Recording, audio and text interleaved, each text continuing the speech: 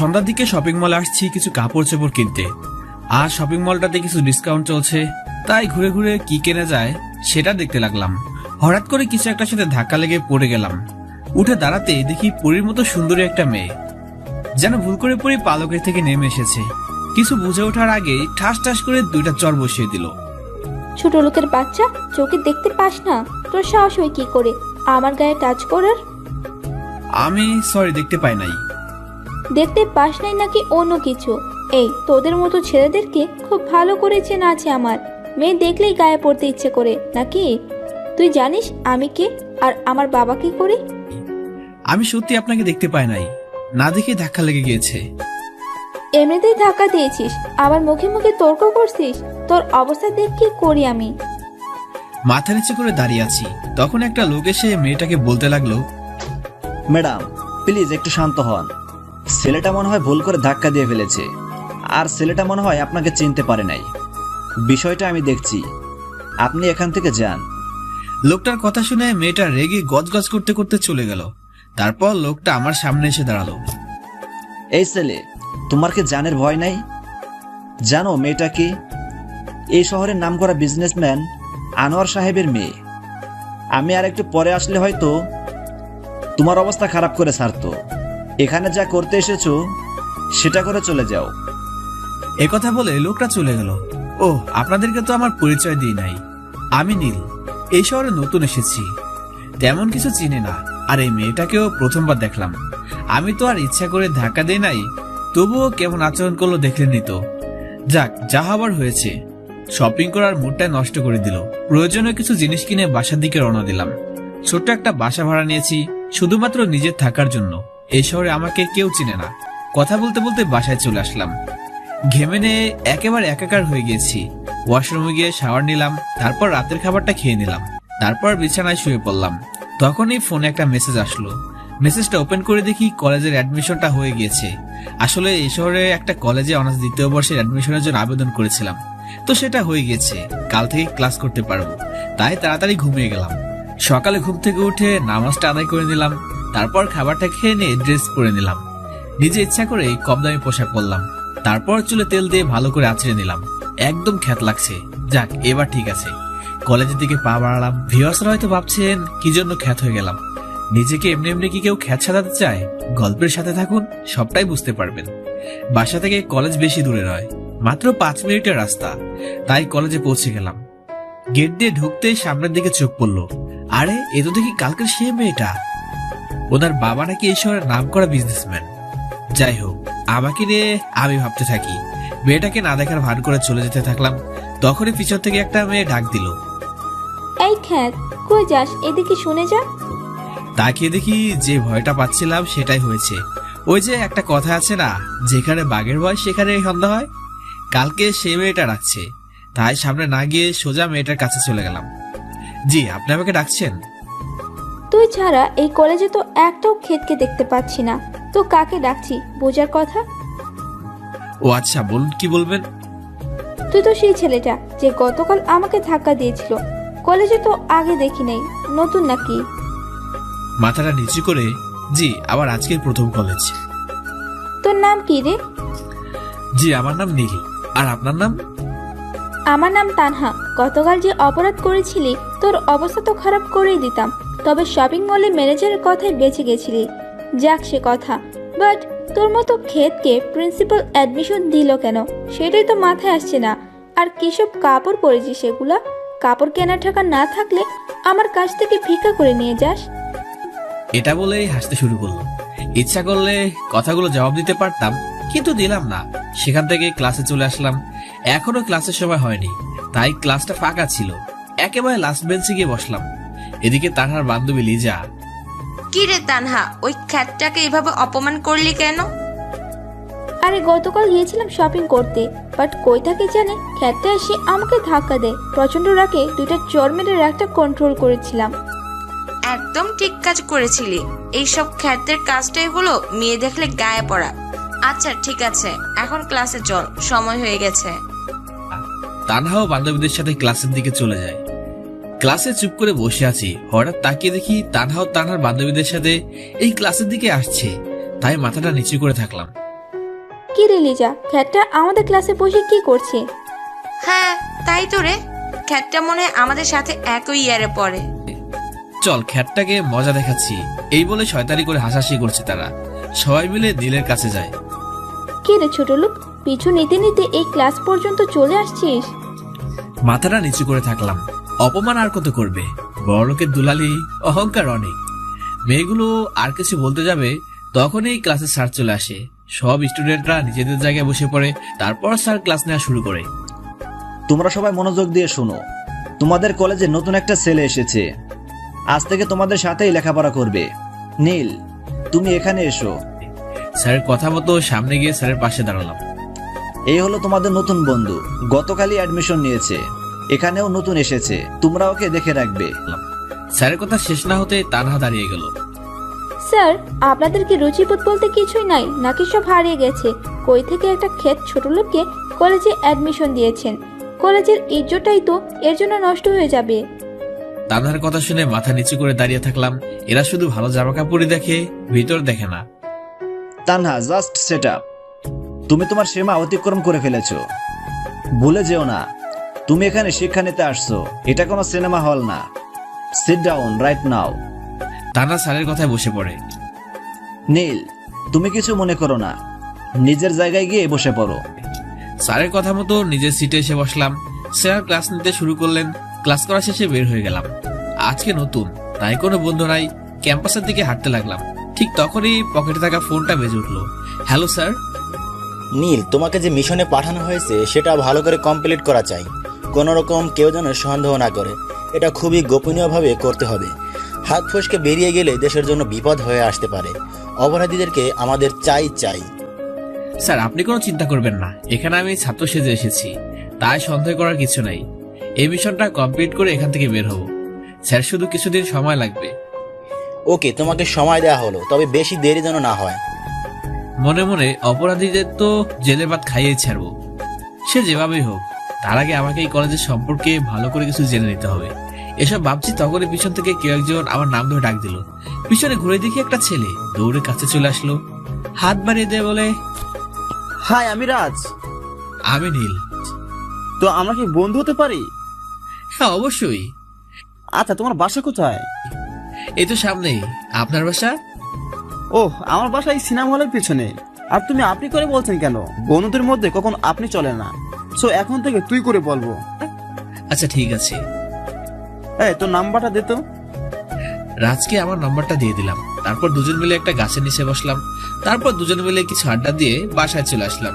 রাতে খাবার খেয়ে কলেজের পড়াটা কমপ্লিট করলাম। ঘুমানোর জন্য চোখটা বন্ধ করেছি, তখনই ফোনটা বেজে উঠলো। আম্মু ফোন করেছে আসলে। হ্যাঁ আম্মু, কেমন আছো তুমি? আমি ভালো আছি রে বাবা, তুই কেমন আছিস? তোর শরীরটা ভালো আছে তো? আর তুই কোথায়? আম্মু এখানে চিন্তার কিছুই নেই, সব ঠিকই আছে, শরীরটাও অনেক ভালো আছে। আর আমি একটা গোপন মিশনে আছি, তাই কিছু বলা যাবে না। খুব তাড়াতাড়ি বাড়িতে ফিরে যাব। আচ্ছা এখন রাখো, কালকে কথা হবে। আচ্ছা বাবা, যেখানেই থাকিস অনেক ভালো থাকিস। ফোনটা রেখে দিয়ে ঘুমিয়ে পড়লাম, কারণ কালকে আবার কলেজে যেতে হবে। সকালবেলা ঘুম থেকে উঠে ডিম ভাজি আর ভাত রান্না করলাম। তারপর খেয়ে দিয়ে কলেজে চলে আসলাম। রাতকে কলেজের গেট থেকেই পেয়ে গেলাম। তারপর দুজনে মিলে ক্লাসের দিকে পা বাড়ালাম। একটা ক্লাস করে বাইরে বের হয়ে আসলাম। তারপর আড্ডা দিতে লাগলাম। এমন সময় তানহা আমাদের সামনে আসলো। কি রে ছোট লোক, বন্ধুত্ব একটা জোগাড় করে নিয়েছিস দেখছি। তানহা, ভদ্রভাবে কথা বলো। তুমি ওকে ছোট লোক বলছো কেন? বলছি বেশ করছি, তো তোর এত জলসে কেন রে? কি রে ছোট লোক, তুই কি ওর কাছে থেকে টাকা মেরে খাওয়ার সিদ্ধান্ত নিয়েছিস নাকি? তানহা, আপনি কিন্তু আপনার সীমা পার করে ফেলছেন। এখান থেকে চলে যান বলছি, না হলে। তাহলে কি করবি তুই আমার? কি করব দেখবি তুই। ঠাস করে একটা থাপ্পড় বসাই দিলাম। তানহা টাল সামলাতে না পেরে মাটিতে পড়ে গেল। আমাকে কি ভেবেছিস? হ্যাঁ, সেই প্রথম দিন থেকে অপমান করে চলেছিস, কিছু বলি না বলে কি মাথা উঠে গেছিস? চারপাশে তাকিয়ে দেখি পুরো কলেজের সবাই আমার দিকে অবাক হয়ে তাকিয়ে আছে। আরে ভাই, আমি কি এলিয়েন নাকি? তানহা মাটি থেকে উঠে বলে, তুই কাজটা ঠিক করলি না ছোট লোকের বাচ্চা। তোর অবস্থা দেখ কি করি আমি। তুই সাপের লেজে পা দিয়েছিস। তানহার কথা শুনে মুচকে আসলাম। মনে মনে সাপের লেজকে পা দিয়েছে সেটা পরে জানতে পারবি। রাত চল এখান থেকে। এই বলে রাজকে নিয়ে ক্লাসে চলে আসলাম। নীল, তুই কিন্তু একটা ভুল করে ফেললি। তানহার বাবা এই শহরে এমপি, তার কথা পুরো কলেজ চলে। যেখানে তানার সাথে কেউ কথা বলতে সাহস পায় না, আর তুই তার মেয়ের গায়ে হাত দিয়েছিস, তুই এবার গেলি। আরে অত ভয় পাস না তো, মন দিয়ে ক্লাস কর, কিছুই হবে না। তারপর মন দিয়ে স্যারের লেকচার শুনতে লাগলাম। একটু পরে কলেজ গেটে দিয়ে 3 থেকে 4টা গাড়ি প্রবেশ করলো। গাড়ি থেকে কয়েকজন পুলিশ বের হয়ে আসে। তাদের একজন বলে ওঠে, এই তোদের কলেজে নীল কে রে? একটা ছেলে নীলের ক্লাসটা দেখিয়ে দেয়। তখনই পুলিশ ক্লাসের ভিতরে চলে আসে। এখানে নীল কে? সামনে তাকিয়ে দেখি কয়েকজন পুলিশ। রাজ পাশেই বসা ছিল। পুলিশ দেখে ভয় পেয়ে যায়। তারপর আমি দাঁড়িয়ে যাই। জি, আমি নীল। নামটা বলার সাথে সাথে দুজন পুলিশ এসে 2 পাশ দিয়ে জাপটে ধরে নেয়। কোনোভাবে ছুটতে পারছি না। আরে আপনারা কি করছেন? শুধু শুধু আমাকে এভাবে নিয়ে যাচ্ছেন কেন? আমার অপরাধটা কি? তোকে শুধু শুধু ধরে নিচ্ছি মনে করেছিস? তুই তো সোজা এমপির মেয়ের গায়ে হাত দিয়েছিস রে ছোট লোক। তোর পোশাক আশাক দেখে তো খ্যাত আর ছোট লোক ছাড়া কিছু মনে হয় না। তবুও টার্গেট একদম এমপির মেয়েকে। চল, তোর জন্য স্বয়ং এমপি নিজে এসেছেন। 2টা পুলিশ নীলকে ধরে নিয়ে কলেজ গেটের সামনে চলে আসে। পুরো কলেজের ছেলে পেলে ঘটনাটি দেখছে। গাড়ির সামনে দেখি তানহা দাঁড়িয়ে আছে, আর সাথে একজন মধ্যবয়স্ক লোকও দাঁড়িয়ে আছে। আমাকে দেখেই লোকটা বলে উঠলো, ওসি সাহেব, এই ছোট লোকটাকে এমন ভাবে শাস্তি দিবেন যাতে কোনো মেয়ের দিকে চোখ তুলে তাকাতে না পারে। তখন বুঝে গেলাম যে লোকটা তানহার বাবা। ওসি স্যার, আপনি আমাকে যা শাস্তি দেন দিন, কিন্তু আমাকে 1 মিনিট বাড়িতে কথা বলতে দিন, নয়তো সবাই চিন্তা করবে আমার জন্য। পুলিশের কি মনে হলো জানি না, কিছুক্ষণ ভেবে তার ফোনটা আমার হাতে দিল। আমিও একটা নাম্বার তুলে ফোন লাগালাম। কিছুক্ষণ কথা বলে ওসির দিকে ফোনটা বাড়িয়ে দিলাম। এই যে ফোনটা দিন, আর কথা বলুন।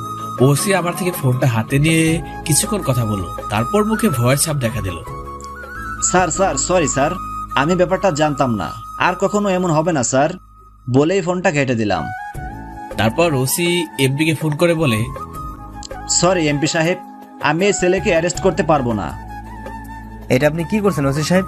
যে কাজে আসলেন সেটা ঠিক মতো করুন, না হলে এমন জায়গায় ট্রান্সফার করব যে মশা মারতে মারতে দিন শেষ হয়ে যাবে। আরে স্যার, রাখেন আপনার মশা মারা, আপনার মশা আপনিই মারেন। ওসির কথা শেষ হতেই এমপি সাহেবের ফোনটা বেজে ওঠে। পকেট থেকে ফোনটা বের করে রিসিভ করে কানে ধরেন। একটু পরে এমপি সাহেবের মুখ কালো হয়ে যায়। ফোনে কথা বলা শেষ করে তানহার গালে ঠাস করে একটা থাপ্পড় মারে।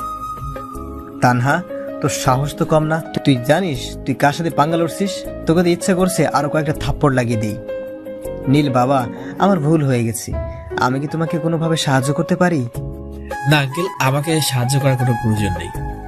তবুও যদি কখনো কোনো সমস্যা ফেস করো তাহলে আমাকে বলো। আচ্ছা, আমি এখন চলে যাচ্ছি। ভালো থাকো বাবা। বলে তিনি চলে গেলেন। পুরো কলেজ তো অবাক হয়ে তাকিয়ে আছে। যাকে ধরতে আসছিল একটু আগে, এখন কি থেকে কি হয়ে গেল? নীলকে ছেড়ে দিয়ে চলে যাচ্ছে। কিন্তু সব থেকে বেশি অবাক হয়েছে তানহা, কারণ এ পর্যন্ত অনেক ছেলেকে এইভাবে জেলে পাঠিয়েছে। তানহার দিকে কেউ চোখ তুলে তাকালেও তার অবস্থা খারাপ হয়ে যেত। সেখানে নীলকে তো ধরলই না, উল্টো খ্যাতটাকে ছেড়ে দিয়ে তার বাবা থাপ্পড় দিয়ে তাকে নিয়ে চলে গেল। যেখানে তানহার বাবা তানাকে কখনো মারা তো দূরে থাক, একটি বকা পর্যন্ত দেয় নাই, সেখানে আজকে না এই খ্যাতটার জন্য থাপ্পড় মেরে দিল। তানহা মনে মনে প্রতিজ্ঞা করে এই খ্যাতটাকে যে করে হোক শাস্তি দিতেই হবে। এটাই তার কঠোর প্রতিজ্ঞা। তানহার বাবার সাথে কথা বলা শেষ করে চলে যেতে ধরেছি, তখনই পিছন থেকে ওসি ডাক দিল, এই ছেলে এদিকে আসো, একটা কথা আছে। ওসির কথা মতো তার সামনে গিয়ে দাঁড়ালাম। কি বলবেন বলুন? এমনিতে ক্লাস চলাকালীন নিয়ে আসছেন আমাকে। তোমার সাথে একটু আলাদা কথা বলতে চাই, প্লিজ না করো না। ওকে চলো, কিন্তু আমার বেশি সময় নষ্ট করা যাবে না। তারপর ওসির সাথে একটু সাইডে গেলাম। ওসি সাইডে এসে আমাকে স্যালুট করে বসলো। আমি তো পুরো অবাক হয়ে গেলাম। স্যার, আমার ভুল হয়ে গেছে, আমি আপনার বিষয়ে সবকিছু জেনে গেছি। আপনি এখানে থাক, তোমাকে আর কিছু বলতে হবে না। যা জেনে নিয়েছো চুপচাপ চলে যাও। তোমার মুখ থেকে যেন কোনোভাবে এই কথা বের না হয়ে যায়, সাবধান। ওকে স্যার, ভুল করে কিছু বের হবে না। ওকে, তুমি এখন যেতে পারো, আমার ওদিকে কাজ আছে। বলে সেখান থেকে চলে আসলাম। সামনে তাকিয়ে দেখি রাজ আমার দিকে অবাক দৃষ্টিতে তাকিয়ে আছে। কে রাজ, এভাবে তাকিয়ে আছিস কেন? তুই কে এটা আমাকে বলতো? তান্নার বাবা ফোনে কথা বলার পর তোকে ছেড়ে দিল। যেখানে তান্না অনেক ছেলেকে ওর বাবার দিয়ে জেলের ভাত খাইয়েছে, সেখানে তোকে এমনিতেই ছেড়ে দিল। তুই কে আর তোর পরিচয় কি? এটা তুই কোনো কথা বললি?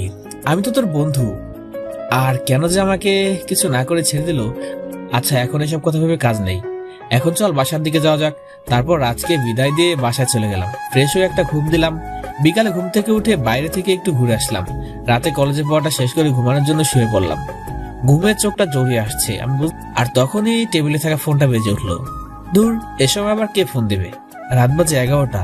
ফোনটা হাতে নিয়ে দেখি আম্মু ফোন করেছে। তাড়াতাড়ি ফোনটা রিসিভ করলাম। হ্যালো আম্মু, কেমন আছো তুমি? তোকে ছাড়া কিভাবে ভালো থাকি আমি বল? আজ কতদিন হয়ে গেল তুই বাসায় নাই। তোর জন্য সব সময় আমার মনটা খারাপ থাকে। তোর বোন তো সব সময় তোর কথা বলে। আচ্ছা আম্মু, সবার কথাই তো শুনলাম, বাট বাবা কেমন আছে? তোর বাবাও তোকে অনেক মিস করছে, কিন্তু সে একটা বিষয়ে অনেক খুশি যে তার ছেলেটা দেশের জন্য কাজ করছে। সাথে আমরাও গর্ব করি তোর জন্য। আম্মু, তোমরা শুধু আমার জন্য দোয়া করো, যেন যে কাজে নেমেছি সেটা সম্পন্ন করতে পারি। তাহলে দেশের জন্য অনেক বড় কিছু করতে পারবো। আচ্ছা, এখন ফোনটা রাখছি, কালকে কথা হবে। তারপর ফোনটা কেটে দিলাম। কিন্তু ফোনটা আবারও বেজে উঠলো। এবার তাকিয়ে দেখি কোনো এক অচেনা নম্বর থেকে ফোন এসেছে। ফোনটা রিসিভ করলাম। হ্যালো, কে বলছেন? তোমার চেনা কেউ একজন। কণ্ঠ শুনে বুঝতে পারলাম এটা কোনো মেয়ের কণ্ঠ। আচ্ছা, আপনি কে বলছেন? বললাম তো, তোমার কাছের একজন মানুষ। আপনার এসব ফালতু কথা শোনার সময় আমার নেই। আমার নম্বর আপনি কোথায় পেয়েছেন? বাহ বাহ, প্রিয় মানুষটার নাম্বার পেতে আবার কোনো সমস্যা হয় নাকি? এই যে ম্যাডাম শুনুন, আপনি যেই হন না কেন, এইসব বাজারে পেঁচাল আমার শোনার মতো সময় নেই। সো ফোনটা রাখলাম। এই বলছি, এত রেগে যাওয়ার কি আছে? আমি তানহা। নামটা শোনার পরেই অবাক হয়ে গেলাম। যে মেয়েটা আমাকে দেখতে পায় না সে আমাকে ফোন দিয়েছে। কিন্তু তারপরে তার সব আচরণ মনে পড়ে গেল, আর খারাপ লাগতে লাগলো। এই মেয়ে, তুমি আমাকে ফোন দিয়েছো কেন? আমাকে অপমান করে তোমার ভালো লাগে নাই? আবার এখন ফোন দিয়ে অপমান করার চিন্তা ভাবছো, তাই তো? বিশ্বাস করো নীল, আমি নিজের অহংকারের কারণে সব কিছু করেছি। মনুষ্যত্ব হারিয়ে ফেলেছিলাম, কিন্তু এখন নিজের ভুলটা বুঝতে পেরেছি। আমাকে প্লিজ তুমি ক্ষমা করে দাও। আমি তোমার উপর রাগ করে নাই। যা হয়ে গেছে সেটা বাদ দাও। তুমি যে তোমার ভুলটা বুঝতে পেরেছো সেটা অনেক। এখন রাখতে পারো। না না, আগে রাখবে না। আগে তোমাকে বলতে হবে যে আমাকে মাফ করে দিয়েছো, না হলে তোমাকে ছাড়ছি না। মনে মনে কি যে বিপদে পড়লাম রে ভাই। মেয়ে তো দেখি আঠার মতো লেগে আছে। ওকে, ঠিক আছে, তোমাকে মাফ করে দিলাম। এখন খুশি তো? খুশি মানে অনেক খুশি। আচ্ছা, আমরা কি ভালো বন্ধু হতে পারি? প্লিজ এটাতে না করো না। আচ্ছা ঠিক আছে, আজ থেকে তুমি আমার ভালো বন্ধু। অনেক ধন্যবাদ তোমাকে। তারপর তানহার সাথে অনেক সময় কথা বললাম। কিছুক্ষণ কথা বলে দুজনে অনেকটা ফ্রি হয়ে গেলাম। আচ্ছা তানহা, এখন রাখছি, কালকে কথা হবে, কারণ কলেজ আছে। এখন না ঘুমালে কালকে উঠতেই পারবো না। ওকে, ঘুমিয়ে পড়ো। বলে ফোনটা কেটে দেয়। চোখ দুটো বন্ধ করার সাথে সাথে ঘুমিয়ে গেছি। একেবারে সকালবেলা উঠলাম। তারপর নামাজ পড়ে নিয়ে চুলায় রান্না বসালাম। একটা ডিম ভাজি করে ভাত রান্না করে খেয়ে নিলাম। তারপর কলেজের দিকে রওনা দিলাম। একটু পর কলেজে পৌঁছে গেলাম। আমাদের আড্ডা জায়গায় রাজ এসে বসে আছে একা একা। তারপর আমিও গিয়ে ওর সাথে সামিল হলাম। কিরে, তোর এতক্ষণ লাগে আসতে? সে কখন থেকে তোর জন্য বসে আছি। আমি ঠিক সময় এসেছি, কিন্তু তুই আজকে অনেক আগে এসেছিস কেন? তাই এত দেরি মনে হচ্ছে? ঘড়ির দিকে তাকিয়ে জিব্বা একটা কামড় দেয়। সরি রে, ঘড়ির দিকে খেয়াল করি নাই। থাক, তোর খেয়াল করতে হবে না। ক্লাসের সময় হয়ে গেছে, এখন ক্লাসে চল। তারপর দুজন মিলে ক্লাসে চলে গেলাম। একটু পর স্যার এসে ক্লাস নেওয়া শুরু করে। কিছুক্ষণ পর তানহা দৌড়ে ক্লাসরুমে ঢুকে গেল। তানহা, তুমি অনুমতি না নিয়ে ক্লাসে ঢুকলে কেন? সরি স্যার, ভুল হয়ে গেছে। আসলে আজকে একটু দেরি হয়ে গেছে, তাই দৌড়ে চলে আসছি। ওকে, ঠিক আছে, জায়গায় গিয়ে বসো। তানহা গিয়ে নিজের জায়গায় বসলো, কিন্তু লক্ষ্য করলাম যে ওর ক্লাসের দিকে কোনো মনোযোগ নেই। বারবার শুধু আমার দিকেই তাকাচ্ছে। পুরো ক্লাস জুড়ে আমার দিকেই তাকিয়ে আছে। ক্লাস শেষ হওয়ার পর বাইরে গিয়ে রাজের সাথে আড্ডায় বসলাম। তখনই তানহা আমাদের সামনে আসলো। হাই নীল, কেমন আছো? হ্যাঁ, অনেক ভালো আছি। তুমি? হ্যাঁ, আমিও অনেক ভালো আছি। সো বসতে পারি? হ্যাঁ অবশ্যই। তাকিয়ে দেখি রাজ আমার দিকে হা করে তাকিয়ে আছে। ও রাজ, তোকে তো বলা হয়নি। তানহা ওর ভুলটা বুঝতে পেরেছে, তাই ওকে বন্ধু করে নিয়েছি। এতে কি তোর কোনো আপত্তি আছে? আমার আর কিসের আপত্তি থাকবে? তোদের দুজনের মধ্যে ঝগড়া চলছিল, কিন্তু তুই যেহেতু নিজেই মিটিয়ে নিয়েছিস সবকিছু, সেটাতে আমার আপত্তি থাকার কথা নয়। ওকে ঠিক আছে। অনেক সময় আড্ডা দিলাম টিচার মিলে। তারপর সবাই নিজেদের বাসায় চলে গেলাম। দুপুরে ঘুম দিলাম একটা।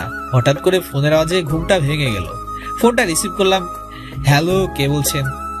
আমি রিশা। তোমার নিশ্চয় আমার কথা মনে আছে। এটা আবার না মনে থাকার কি আছে? তুমি আমার সেই ছোট্টবেলার বান্ধবী। তোমাকে তো মনে থাকবেই, তাই না? হ্যাঁ, সেটা তো অবশ্যই। সো এখন কি কোনো জব করছো তুমি? হ্যাঁ, আমি একজন সিআইডি অফিসার। আর আমি এটাও জানি যে তুমি কি জন্য এখানে এসেছো আর কি জন্য এই কলেজটাতে ভর্তি হয়েছো। তুমি যাদের সম্পর্কে পুরোপুরি জানতে চাইছো সেটা আমার কাছে আছে। তুমি চাইলে আমার সাথে দেখা করতে পারো, তারপরই সব বিষয়ে আলোচনা হবে।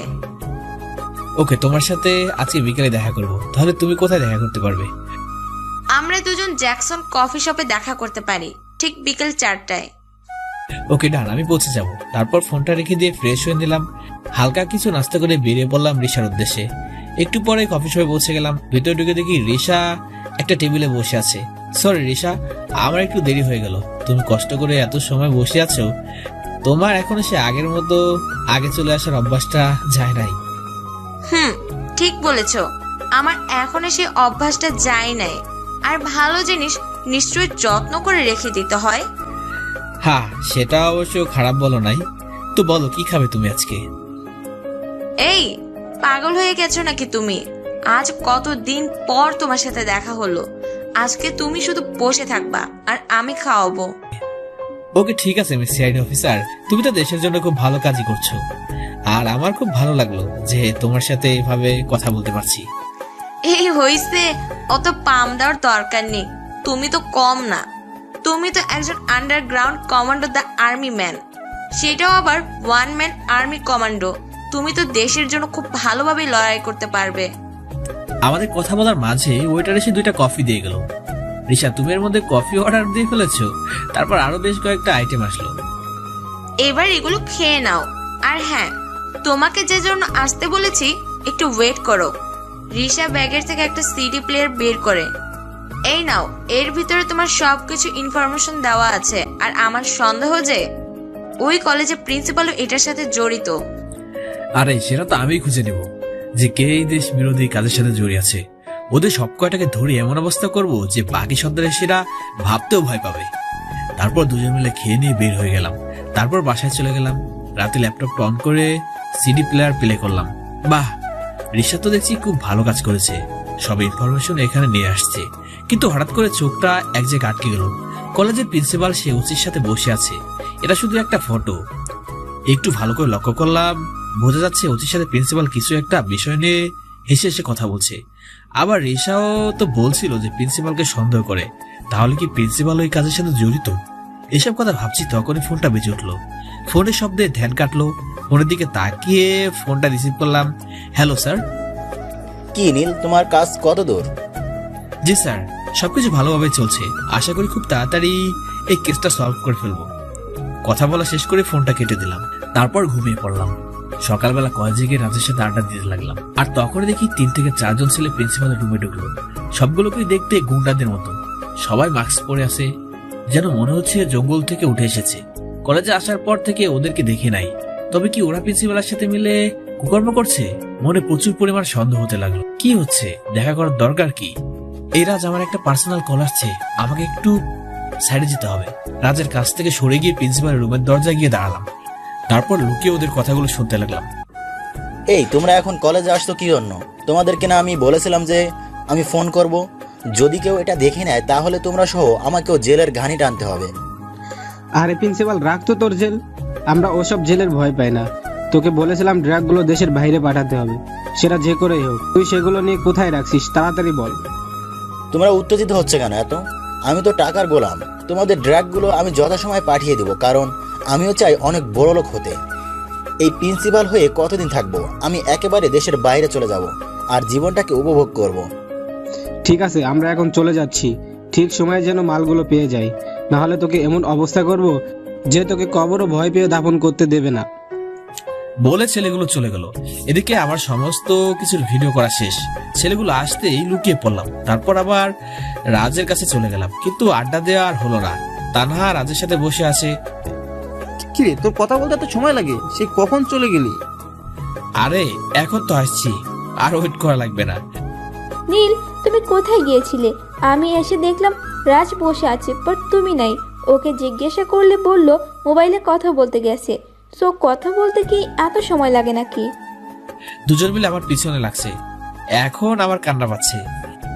থাক, আর কান্না করতে হবে না, অনেক ক্ষুধা লাগছে, পেটের মধ্যে ইঁদুর দৌড়াচ্ছে।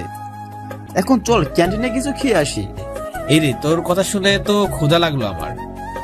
ও, তোমাদের ক্ষুধা লেগেছে সেটা আগে বলবি তো। চলো, তোমাদেরকে আজ রেস্টুরেন্টে নিয়ে খাওয়াবো, আমার পক্ষ থেকে একটা ট্রিট। কি তোমরা খুশি তো? আরে খুশি না মানে? এমপি সাহেবের মেয়ে ট্রিট দিবে, আর সেটাতে খুশি না হয়ে থাকতে পারে? তারপর সবাই মিলে একটা রেস্টুরেন্টে ঢুকলাম। ওয়েটারকে ডেকে নিয়ে খাবার অর্ডার দিলাম। রাজ ওর মনের মতো করে খাবার অর্ডার দিল। রাজের অর্ডার দেওয়া দেখে মনে হচ্ছে একটা রাক্ষসকে খেতে নিয়ে আসছি। কি রে রাজ, তুই এত কিছু খেতে পারবি তো? আরে বলিস কি, খেতে পারবো না মানে? তুই শুধু তাকে তাকে দেখে যা, তারপর কথা বলবি। তানহা রাজের কথা শুনে হেসে দিল। আচ্ছা ঠিক আছে, তোমার যেটা মন চায় সেটাই খাও, আজ আমার পক্ষ থেকে ট্রিট বলে কথা। একটু পর ওয়েটার এসে সব আইটেমগুলো দিয়ে যায়। তারপর সবাই মিলে খাওয়া শুরু করলাম। রাজ প্রচুর পরিমাণে খেলো, যা দেখে আমি তো পুরাই অবাক। খাওয়া শেষ করে সব বিল মিটিয়ে বের হলাম। আচ্ছা, এখন তাহলে বাসা থেকে রওনা দেওয়া যাক, কালকে আবার কলেজে দেখা হবে। তারপর সবাইকে বিদায় জানিয়ে বাসায় চলে গেলাম। এখন একটাই কাজ, কবে যে এই ড্রাগগুলো পাচার হবে সেটা জানতে হবে। আর আমার অভিজ্ঞতা অনুযায়ী এই কলেজ থেকে ড্রাগগুলো পাচার হবে। ওরা শুধু সময়ের অপেক্ষা করছে। বিকালবেলা রিক্সাকে ফোন করলাম। হ্যাঁ নীল, বলো কি খবর তোমার? হ্যাঁ, আমার খবর তো অনেক ভালো। তো তুমি এখন জ্যাকসন কফি শপটাতে আসতে পারো? হ্যাঁ, আসতে পারবো। তবে একটা কথা, আসার সময় এই শহরের একটা ম্যাপ নিয়ে আসবে, আর ড্রাগ ডিলার ড্রাগন এলাকার একটা ম্যাপ নিয়ে আসবে। তুমিও চলে এসো, আমি রওনা দিচ্ছি। ওকে, আমি এখনই বের হচ্ছি, তুমি চলে আসো। রিসার সাথে কথা বলে দ্রুত তৈরি হয়ে নিলাম। তারপর জ্যাকসন রেস্টুরেন্টের উদ্দেশ্যে বেরিয়ে পড়লাম। একটু পরে পৌঁছে গিয়ে দেখি রিসা বসে আছে। সরি রিসা, একটু দেরি হয়ে গেল নাকি? না না, দেরি হয়নি, আমারও একটু আগে আসার অভ্যাস। তোর জিনিসগুলো এনেছো নাকি? হ্যাঁ, সবকিছু এনেছি। তারপর ম্যাপ বের করে দিল। নাও, এইটা হলো আমাদের বন্ধুত্বের উপহার। তুমি চাইলে কিন্তু আমাদের পুরো সিআইডি টিম তোমাকে সাহায্য করতে পারে। আরে না, তার আর কোনো দরকার হবে না, আমি একা কাজটা করতে পারবো। তবুও একবার ভেবে দেখতে পারো। আচ্ছা তুমি একটা কথা বলো তো, তুমি এত ফিট থাকো কেমন করে? আরে বাবা, একজন কমান্ডো আমি, সারাদিন এসব নিয়ে থাকতে হয়। তো এত সব কাজ করতে গেলে তো ফিট থাকতেই হবে। তারপর দুজন মিলে কফি খেলাম। আচ্ছা এখন যাওয়া যাক। ডিনারের কফির বিলটা আমি দিলাম, কিন্তু পরের ট্রিটটা কিন্তু তোমার। আচ্ছা ঠিক আছে, এখন বের হওয়া যাক। রেস্টুরেন্ট থেকে বের হয়ে গেলাম। রিসা হাত বাড়িয়ে দিয়ে হ্যান্ডশেক করলো। ওকে, তাহলে যাওয়া যাক। ওকে বিদায় দিয়ে রাস্তা পার হলাম। হঠাৎ করে পেছন থেকে রিসা চিৎকার শুনতে পেলাম। এই তোমরা কারা? আমাকে ছেড়ে দাও বলছি। রিসার আওয়াজ শুনে পেছনে তাকাতে দেখি একটা গাড়ি ওকে জোর করে তুলে নিয়ে যাচ্ছে। নিশ্চয়ই ড্রাগনের লোকেরা আমার ব্যাপারে জেনে গেছে আর ভুল করে রিসাকে তুলে নিয়ে যাচ্ছে। আমিও ওদের পিছনে দৌড়াতে লাগলাম। গাড়িটা স্পিডে চলছে, কিন্তু আমিও কমান্ডোতে দৌড়ে চ্যাম্পিয়ন হয়েছি। সমস্ত শক্তি দৌড়াতে লাগলাম। ওর আস্তে আস্তে জঙ্গলের মধ্যে চলে গেল। কি করব কিছুই মাথায় আসছিল না।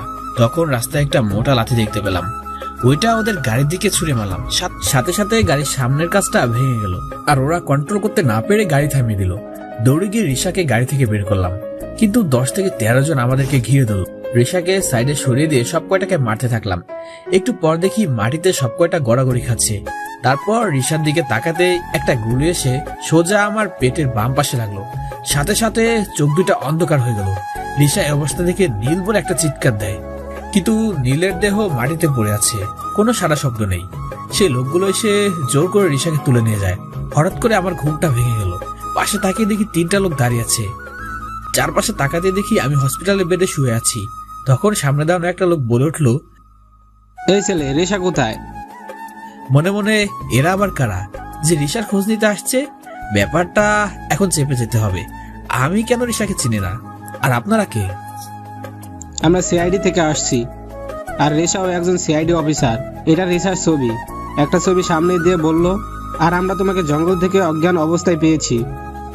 ছবির দিকে তাকিয়ে দেখলাম যে এটা রিসা, কিন্তু ওদেরকে এখন আমার সম্পর্কে বললে পুরো প্ল্যানটাই বরবাদ হয়ে যাবে। তাছাড়া রিসাকে বলছি যে আমি ওদের কোনো প্রকার সাহায্য নেব না, তাই এটা প্ল্যান মাথায় আসলো।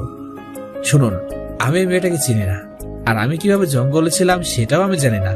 আমি তো সকালে কলেজের জন্য বের হয়েছিলাম, তারপর আমার আর কিছু মনে নেই। স্যার, তাহলে কি ওর স্মৃতিশক্তি চলে গেছে নাকি? না না, আমার স্মৃতিশক্তি আসলে যায়নি। আমার সবকিছুই মনে আছে। আমার নাম নীল। এখানে একটা কলেজে আমি লেখাপড়া করি, বাট কলেজ থেকে বের হওয়ার পর আমার কিছুই মেনে নেই। ডক্টর আমার মাথা ব্যথা করছে। রাহাত, এবার ছেলেটার একটু রেস্টের প্রয়োজন, না হলে মাথায় অতিরিক্ত চাপ পড়বে। দেখো রাহাত, এখন যদি আর ওকে চাপ দাও তাহলে নার্ভাস ব্রেকডাউন হয়ে যাবে। So please leave him alone. তখন অফিসার আর কোনো কথা বলতে পারলো না। তারা কেবিন থেকে বের হয়ে গেল। আর তখনই তানহা দৌড়ে ভিতরে প্রবেশ করলো। পিছনে রাজু ছিল। এই নীল, কি হয়েছে তোমার? জানো তোমার জন্য কতটা টেনশন হচ্ছিল। ডক্টর, নীলের কি হয়েছে? দেখো তাহনা, চিন্তার কোনো কারণ নাই। ওনার একটা গুলি লেগেছিল পেটের ডান পাশে। সেনসিটিভ সুয়ে বেরিয়ে গেছে, এখন সম্পূর্ণ বিপদমুক্ত। আপনি আমাকে কেমন করে চিনেন? আরে তুমি আমাদের আনোয়ার সাহেবের মেয়ে, আর তোমাকে চিনবো না এটা কেমন করে হয়? এই নীল, কেমন করে হলো এসব?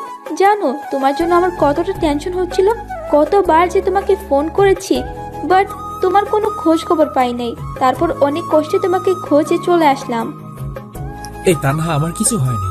আমি এখন একদম ঠিক আছি। আর তুমি এত উতলা হও না, শরীর খারাপ করবে। আমার শরীর নিয়ে তোমাকে এত চিন্তা করতে হবে না। নিজের পেটে গুলি লেগেছে, সেটা নিয়ে কোনো চিন্তা নেই। তানহা কথা বলেই কেঁদে দিল। আরে পাগলি, তুমি কাঁদছো কেন?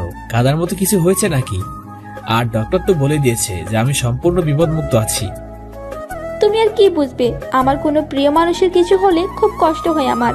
আর তুমি তো এখন আমার খুব ভালো একটা বন্ধু। আচ্ছা ডক্টর, আপনারা ওর সমস্ত রকম ট্রিটমেন্ট করুন, কোনো কমতি যেন না থাকে। যত টাকা লাগে আমি দেব। নার্স, রোগীকে একটা ঘুমের ওষুধ দিন, এখন ওনার ঘুমের প্রয়োজন। নার্স এসে নীলকে একটা ঘুমের ওষুধ দেয়। ওষুধ খেয়ে নীল ঘুমিয়ে পড়ে। একটানা দুপুর পর্যন্ত ঘুমিয়ে থাকে নীল। এরপর দুপুরে ঘুম ভেঙে যায়। আস্তে করে চোখ খুলে তাকিয়ে দেখি আমার পাশে তানহা বসে আছে। আমার হাতের উপর মাথা রেখে ঘুমিয়ে পড়েছে।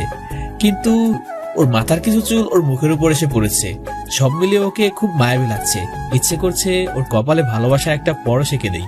কিন্তু সেদিক দিয়ে আমি বাধাগ্রস্ত, কারণ দুজনের মধ্যে ভালো বন্ধুত্বের বেশি আর কিছু নেই। এসব ভাবতে গিয়ে হাতটা হালকা টান লাগলো। আর তখনই তানহার ঘুমটা ভেঙে গেল। ওহ নীল, তুমি উঠে পড়ছো? এখানে বসে থাকতে থাকতে কখন যে চোখটা লেগে গিয়েছিল বুঝতে পারি নাই। তোমার তো এখন দুপুরে খাবারের সময় হয়ে গেছে। রাজকে খাবার আনতে পাঠিয়েছি, এখনই চলে আসবে। দুজনে কথা বলতে বলতে রাজ খাবার নিয়ে চলে আসলো। আমার ফেভারিট খাবার বিরিয়ানি নিয়ে আসছে। রাজ খাবারটা তানহার হাতে দিল। তারপর তানহা খাবারগুলো একটা প্লেটে নিয়ে দিল। তারপর আমার হাতে দিল। নাও, এবার খাবারগুলো খেয়ে নাও, তোমার ওষুধ খেতে হবে। খাবার খাওয়ার জন্য উঠতে গিয়েই পেটে ব্যথা লাগলো। ব্যথায় কুকড়ে উঠলাম। এই তোমার আবার কি হলো? ইস, আমার তো মনেই নেই যে তোমার পেটে গুলি লেগেছে।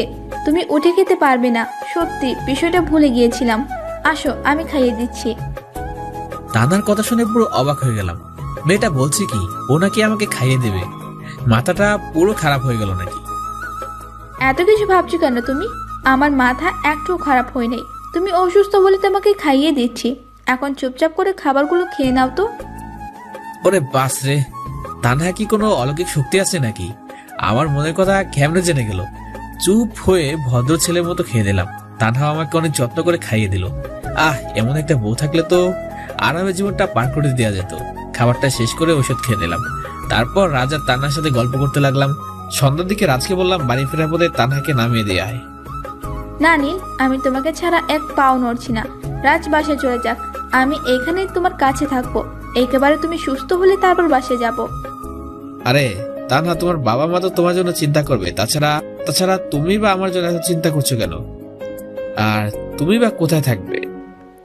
কে বলেছে আমার বাবা মা চিন্তা করবে? তাদেরকে আমি বলে দিয়েছি যে আমি এখানেই থাকবো। আর বাবাও হ্যাঁ বলে দিয়েছে। তাই রাজ চলে যাক। আর তুমি এখন আমার সব থেকে কাছের বন্ধু, তাই তোমাকে ছাড়া যাব না। তোমাকে আমার থাকার জায়গার জন্য চিন্তাও করা লাগবে না। জানি আর কিছু বলে কাজ হবে না, তাই রাজকে বাসায় চলে যেতে বললাম। আর তানহা আমার সাথে থাকলো। এভাবে পুরো 3 দিন কেটে গেল। এই কয়দিনে তানহা আমার সাথে ছায়ার মতো লেগেছিল। ওর প্রতি অনেকটা দুর্বল হয়ে পড়ে আমি। হয়তো ভালোবেসে ফেলেছি ওকে, কিন্তু ওকে কথাটা বললে অনেক কষ্ট পাবে, তাই বলতে পারবো না। এভাবে আরো 2 দিন হসপিটালে থাকলো। তারপর সকালের দিকে আমাকে রিলিজ করা হলো। আচ্ছা রাজার তানহা, তোমরা বাসায় চলে যাও। আমি এখন ঠিক হয়ে গিয়েছি, একাই চলে যেতে পারো। নীল, তোমার কি মাথা খারাপ হয়ে গেছে নাকি? তুমি এখনো সুস্থ হও নাও। তোমাকে একা কিভাবে ছেড়ে দেই? হ্যাঁ, তা না তো ঠিকই বলছে। তুই এখনো সুস্থ হস নাই, এখন তুই আমার সাথে আমার বাসায় গিয়ে থাকবি। মনে মনে, আরে এরা তো জানে না যে আমি একজন কমান্ডো, আর এসব কতগুলি আমাকে হজম করতে হয়েছে সেটা আল্লাহ জানে। এই একটা গুলি আমাকে আর কিভাবে কাবু করবে? আরে তানহা, এই দেখো আমি একদম সুস্থ। বলে বেড থেকে নেমে হাঁটাহাঁটি করলাম। আমাকে দেখে তানহা আর রাজ দুজনে অবাক হয়ে গেছে। কি এবার তোমাদের বিশ্বাস হয়েছে তো? ওই, আমি বিশ্বাস করতে পারছি না, এটা কি করে সম্ভব? গুলি খাওয়া 3-4 দিন পরেও কেউ এভাবে হাঁটতে পারে? একভাবে নীলের দিকে তাকিয়ে আছে। তানহা হা করে তাকিয়ে দেখছে। দেখবে না আমি কাদের বন্ধু? তোমরা সাথে থাকলে আমার কিছুই হবে না। আচ্ছা চলো এখন বাসায় যাওয়া যাক। হসপিটাল থেকে বের হয়ে সোজা বাসায় চলে গেলাম। হঠাৎ রিশার কথা মনে পড়ে গেল। ওকে তো এতক্ষণে নিশ্চয় ছেড়ে দিয়েছে, কারণ ভুল করে আমার জায়গায় ওকে ধরে নিয়েছে। সো ওর কাছে সিআইডির ব্যাচ আছে, সেটা দেখে তো এতক্ষণ ছেড়ে দেওয়ার কথা, কারণ রিশাকে নিয়ে ওদের কোনো কাজ নেই। বাড়িতে এসে বিছানায় শুয়ে পড়লাম। কালকে থেকে আবার কলেজে যাওয়া শুরু করতে হবে। আমি একটু আগে বাসায় এসেছি, তোমার কোনো চিন্তা করতে হবে না আমাকে নিয়ে। তুমি নিশ্চিন্তে থাকো। নিশ্চিন্তে কিভাবে থাকবো বলো?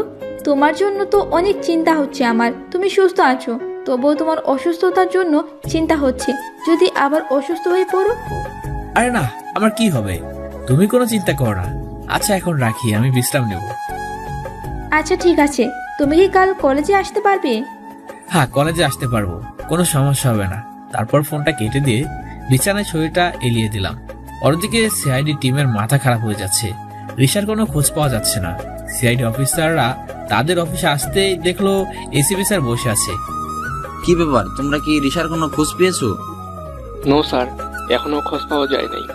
যে ছেলেটাকে আমরা জঙ্গল থেকে পেয়েছি সেখানে রিশার ব্যাগ আর মোবাইলটা পাওয়া গেছে, কিন্তু রিশাকে নয়। ওই ছেলেটাকে কিছু জিজ্ঞাসা করো নাই? কিছু জানতে পারলে ওর কাছ থেকে? নো স্যার, ছেলেটা বলেছে ওর সেই দিনের কথা কিছুই মনে নেই, বাট বাকি সব কিছু মনে আছে। শুধু সেই দিনকার ঘটনাটা মনে করতে পারছে না।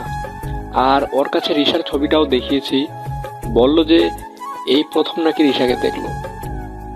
হ্যাঁ রাহাত, এর মধ্যে বড় কোনো রহস্য লুকিয়ে আছে। শুধুমাত্র সেই দিনের কথা মনে আছে, এটা কিভাবে হতে পারে? আচ্ছা বাদ দাও এটা। এখন তোমরা খোঁজ করো যে রিশার মোবাইল লোকেশন সকাল থেকে রাত পর্যন্ত কোথায় কোথায় ছিল, তাহলে আমরা কিছু জানতে পারবো। রাইট স্যার, এখনই খোঁজ নিচ্ছি। এদিকে নীল রাতের বেলা ছাদে উঠে ব্যায়াম করা শুরু করে।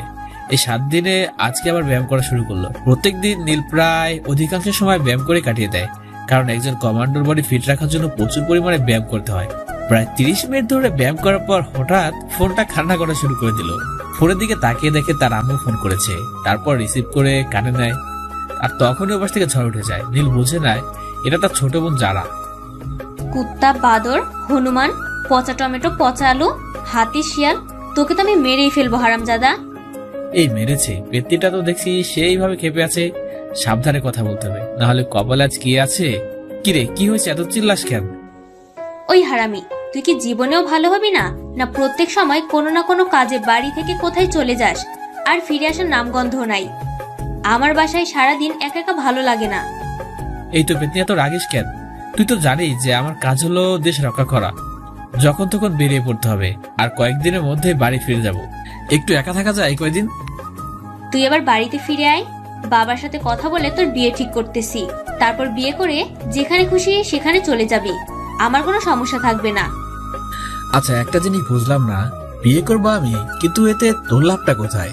আর বিয়ের পর যেখানে খুশি সেখানে যাব, তাহলে তো তুই আবার বাড়িতে একা একা পেতনির মতো কান্না করবি। সেটা মোটেও না হাদারাম। তুই বিয়ে করলে পরে আমি একটা মিষ্টি ভাবি পাবো, আমার তখন গল্প করার মানুষও হয়ে যাবে। তখন আর তোকে লাগবে না, তোর যেখানে ইচ্ছা চলে যাবি। ওরে ফাজিল, তাহলে তোর আসল মতলব এটাই? আমার ঘাড়ে বিয়ে নামক একটা বোঝা চাপিয়ে দিয়ে তুই মজা করবি? তোর মতলব তাহলে এটা ছিল? দাঁড়া, শুধু একবার বাসায় আসতে দে, তোর বিয়ের ব্যবস্থা করতেছি আগে। আচ্ছা এসব বাদ, কেমন আছিস তাই বল। ভাইয়া, তোকে ছাড়া খুব একা ফিল করি আমি। বাসায় আম্মু আমাকে সময় দেয়, কিন্তু সব সময় তো সংসারের কাজে ব্যস্ত থাকে, আর আব্বু তো সারাদিন অফিসে থাকে। আমি বাসার ভিতরে খুব বোরিং ফিল করি। তুই থাকলে কত মজা করি দুজন মিলে, কিন্তু এমন একটা কাজ করিস যেখানে আমাদেরকে সময় দিতে পারিস না। ভাইয়া রে, তোকে খুব মিস করতেছি, তুই তাড়াতাড়ি চলে আয়। এই যারা, এত মন খারাপ করিস না, আমি খুব তাড়াতাড়ি বাসায় চলে আসবো। আচ্ছা, বাবা মা সবাই ভালো আছে তো? হ্যাঁ, সবাই ভালো আছে। আচ্ছা, এখন রাখি, আবার পরে কথা হবে, আমার অনেক কাজ করতে হবে। তারপর ফোনটা কেটে দিয়ে আবারও ব্যায়াম করা শুরু করে দিলাম। ব্যায়াম করা শেষ করে নিজের রুমে গিয়ে ফ্রেশ হয়ে নেয়। তারপর রুমে আসতেই দরজা কেউ নক করে। নীল গিয়ে দরজাটা খুলে দেয়, দেখে পাশের বাসার আন্টি আসছে তার জন্য কিছু খাবার নিয়ে। এই আন্টি আমাকে বাসাটা পাইয়ে দিয়ে সাহায্য করেছে, তাই খাবারগুলো নিয়ে খেয়ে নিলাম। তারপর বিছানা ঠিক করে ঘুমের রাজ্যে চলে গেলাম। পরের দিন সকালবেলা ফোনের আওয়াজে ঘুমটা ভেঙে গেল। ঘুম ঘুম চোখে ফোনটা রিসিভ করলাম। হ্যালো, কে বলছেন? এই, তুমি এখনো ঘুমিয়ে রইছো? জানো তুমি কখন সকাল হয়ে গেছে, আর একটু পর কলেজ শুরু হয়ে যাবে, তুমি এখনো ঘুমিয়েই আছো। কণ্ঠটা চিনে গেলাম। তানহা ফোন করেছে। ও সরি, তুমি কলেজে রওনা দাও, আমি আসছি। তানহা এখন আমার খুব কেয়ার করে, কখন কি করি, শরীর কেমন আছে, খাওয়া দাওয়া করছি কিনা, আরো অনেক কিছু খবর রাখে। তানহার জন্য মনের মধ্যে একটা জায়গা তৈরি হয়ে গিয়েছে, নিজের অজান্তে এই জায়গাটা তৈরি হয়েছে। জানি না এটাকে মনে হয় ভালোবাসা বলে। কতক্ষণ নিজেকে চেপে রাখতে পারবো জানি না, কিন্তু খুব তাড়াতাড়ি আমার মনের কথাটা ওকে জানাবো। তারপর ফ্রেশ হয়ে নিয়ে ডিম ভাজি আর ভাত রান্না করে নিলাম। এটাই আমার সকালের প্রিয় একটা খাবার। তারপর খাওয়া শেষ করে কলেজে চলে গেলাম। তানহা আগে থেকে কলেজে এসে বসে আছে। আমি আসতে গিয়ে তানহার পাশে বললাম, তোমার আসতে এত সময় লাগে? সেই কখন থেকে আসছি আমি কলেজে, আর তুমি এখন আসলে? সরি, আমার একটু দেরি হয়ে গিয়েছে। আসলে আজ কেমন যে কি হয়েছিল, ঘুম থেকে উঠছি দেরিতে, তাও তোমার ফোন পাওয়ার পর ঘুমটা ভাঙছে, না হলে তো আজ কলেজে আসতে পারতাম না। আচ্ছা, রাজকে তো দেখতে পাচ্ছি না, রাজকে এখন আসে নাই নাকি? যাক, রাজ বেচারা অনেকদিন বাঁচবে, তুমি বলার সাথে সাথেই হাজির। তাহার কথা শুনে পিছনে তাকালাম, দেখি রাজ কলেজ গেট দিয়ে ঢুকতেছে। একটু পর রাজ আমাদের সাথে এসে আড্ডায় বসলো। এই যে নবাব, আপনি তো এসে বসে বললেন, এদিকে ক্লাসের সময় হয়ে গিয়েছে, সেটা কি মাথায় আছে? নীলের কথা শুনে ঘড়ি দিকে তাকাই। ওহ সরি রে দোস্ত, আমি ঘড়ি দিকে খেয়ালই করি নাই। ওই তো, মানুষ যখন প্রেমে পড়ে তখন আরো কত কি ভুলে যায়। তার মানে রাজ প্রেমে পড়েছে, তো আমাদের মিষ্টিমুখ করাবে না তুমি? দূর রাখো তো তোমার মিষ্টি মুখ। এই নীল শুধু ফাজলামো করে, আন্দাজে একটা কথা বলে দিল আর আমাকে পেয়ে বসলো। আমি ওসব প্রেমে পড়িনি। এবার চল তো ক্লাসে যাই। তানার দিকে তাকিয়ে হেসে দিলাম। তানাও আমার চালাকি বুঝতে পেরে হেসে দিল। তারপর সবাই মিলে ক্লাসে চলে গেলাম। 2টা ক্লাস করে 3জন মিলে বাইরে চলে আসলাম। নীল, এখন আমরা 3জন একটা জায়গায় ঘুরতে যাব। এই কি বলছো? এখন যেতে পারবো না, অন্যদিকে যাব। আমি কোনো কথা শুনতে চাই না। রাজ, তুমি চলো, আমরা সবাই মিলে একই সাথে ঘুরতে যাব। আরে আমি তো এক পায়ে রাজি, শুধু বলো কোথায় যেতে হবে। এটা তোমাদের জন্য সারপ্রাইজ। তুমি যদি নীলকে নিতে পারো তাহলে আমি তোমাকেও নিয়ে যাব। এটার এমন কি বিষয়? ওকে, আমি নিয়ে যাচ্ছি আর তুমি আমাকে নিয়ে যাও। তারপর রাজ নীলকে জোর করে ধরে নিয়ে গেল। 3জন মিলে কলেজ থেকে বের হয়ে গেল। তানহা 2টা রিক্সা রাখলো। তারপর নীলকে নিয়ে একটা তুঠে বললো, আরেকটা রিক্সায় রাজ বসলো। রিক্সায় তানহা আমাকে জোর করে উঠালো। আমার এখন কোথাও যেতে ভালো লাগছে না, তাই তানহা আমাকে কোথাও নিয়ে যেতে যাচ্ছে। আমি এখন কোথাও যাব না তো। আরে বলো না, কোথায় নিয়ে যাচ্ছ? এই, একদম চুপ করে থাকবা। এত কথা বলো কেন তুমি? যেখানে নিয়ে যাই তাতে তোমার কি? তুমি চুপ করে রিক্সায় বসে থাকো, আর একটা কথা বললে খুব খারাপ হয়ে যাবে কিন্তু। ওরে বাপরে, এটা মেয়ে নাকি শাকচুন্নি? এমন করে কেউ বলে নাকি? একটু ভালোবেসে বললেও তো হতো, এত রাগ করার কি আছে? ভদ্র ছেলের মতো চুপচাপ বসে থাকলাম, না হলে কখন কি করে বসে হিসাব নাই। একটু পর শহরের সব থেকে বড় শপিং মলের সামনে তানহা রিক্সা দাঁড় করলো। এই নীল, এবার তুমি নামো, বসেই থাকবে নাকি? আরে নামছি তো, এত রাগ করছো কেন? তারপর রিক্সা থেকে নেমে গেলাম। রাজা আমাদের পিছনে চলে আসলো। ভাড়া মিটিয়ে নীলকে নিয়ে শপিং মলের ভেতরে চলে গেল। তারপর একটা দোকানে ঢুকলো। আচ্ছা মামা, এই ছেলেটার জন্য সব থেকে ভালো ব্র্যান্ডের জিন্স দেখান তো। তানহার কথা শুনে আমি তো পুরাই অবাক, কারণ আমার জন্য কাপড় কিনছে। এই তানহা, তুমি কি করছো এসব? আমার কাপড় চোপড় লাগবে না তো। তোমাকে না বলছি কোনো প্রকার টু শব্দ পর্যন্ত না করতে, তবুও তুমি কেন এত বেশি কথা বলছো? নিজের জায়গায় চুপচাপ দাঁড়িয়ে থাকো। রাগে দৃষ্টিতে তাকালো নীলের দিকে। তানহার দিকে তাকিয়ে চুপ করে গেলাম। মেয়েটা আমার উপর রেগে যাচ্ছে, আর কথা বলা যাবে না। চুপচাপ বসে থাকলাম। প্যান্ট কেনার পর একটা শার্টের দোকানে গেল। তারপর তারা নিজে চয়েস করে শার্ট কিনে দিল। আমার চয়েস করার কোনো সুযোগই দিল না, নিজে সবকিছু পছন্দ করে দিল। এই নাও, এই সব কিছু তোমার জন্য। আমি নিজের পছন্দ করে কিনে দিলাম। আর কালকে থেকে যেন কলেজে ওইসব খ্যাতমার্কা কাপড় পরে আসবা না বলে দিলাম। তুমি তো দেখতে পুরো নায়কের মতো, তাহলে এরকম থাকো কেন? কালকে এই নতুন জামা পরে আসবে। আমি হ্যাঁ বলে মাথা নাড়ালাম, কারণ এখন বেশি বকবক করলে আমার অবস্থা খারাপ করে ছাড়বে। এই রাজ, তোমাকে তো বলেছিলাম নীলকে নিয়ে আসতে পারলে তুমি যা চাও তাই দিব। তো এখন তোমার মন মতো সব কিছু নিয়ে নাও। তানার কথা শুনে রাজ তো অনেক খুশি হলো। তারপর ওর মন মতো শপিং করে নিল। সব কেনাকাটা শেষ হয়ে গেল, শপিং মল থেকে বের হয়ে গেলাম। তানহার বাবার নাম করা ব্যবসায়ী বলে সবাই আমাদের খুব সম্মান করলো। তারপর যে যার মতো বাসায় চলে গেলাম। সন্ধ্যার সময় তানহার দেয়া কাপড় চোপড় গুলো দেখতে লাগলাম। আসলে মেয়েটার পছন্দ আছে বলতে হবে। আমার প্রিয় নীল কালারের শার্টটা কিনেছে, আর প্যান্টটাও মনের মতো। ওর মতো একটা বউ পেলে তো আর কোনো কথাই থাকবে না। কিন্তু তানহা আমার অনেক ভালো বন্ধু হয়ে গেছে। এখন ওকে আমার ভালোবাসার কথাটা বললে যদি বন্ধুত্বটা নষ্ট হয়ে যায়, এসব ভাবছি হঠাৎ করে চিৎকারের আওয়াজ শুনতে পেলাম। ও, এটা তো পাশের বাসার আন্টির গলার আওয়াজ, যিনি আমাকে নিজের ছেলের মতো ভাবেন। আন্টি চিৎকার শুনে ঘরের বাইরে চলে আসলাম। দেখলাম একটা চোর আন্টির ব্যাগ নিয়ে পালাচ্ছে। ও, এবার দেখছি ওর সাথে দৌড়ের প্রতিযোগিতা দিতে হবে। চোরের পিছনে পিছনে দৌড় শুরু করলাম। বেশিক্ষণ দৌড়ানো লাগলো না, চোরটাকে ধরে আন্টির সামনে নিয়ে আসলাম। এই যে আন্টি, চোর সহ তোমার ব্যাগ নিয়ে আসছি।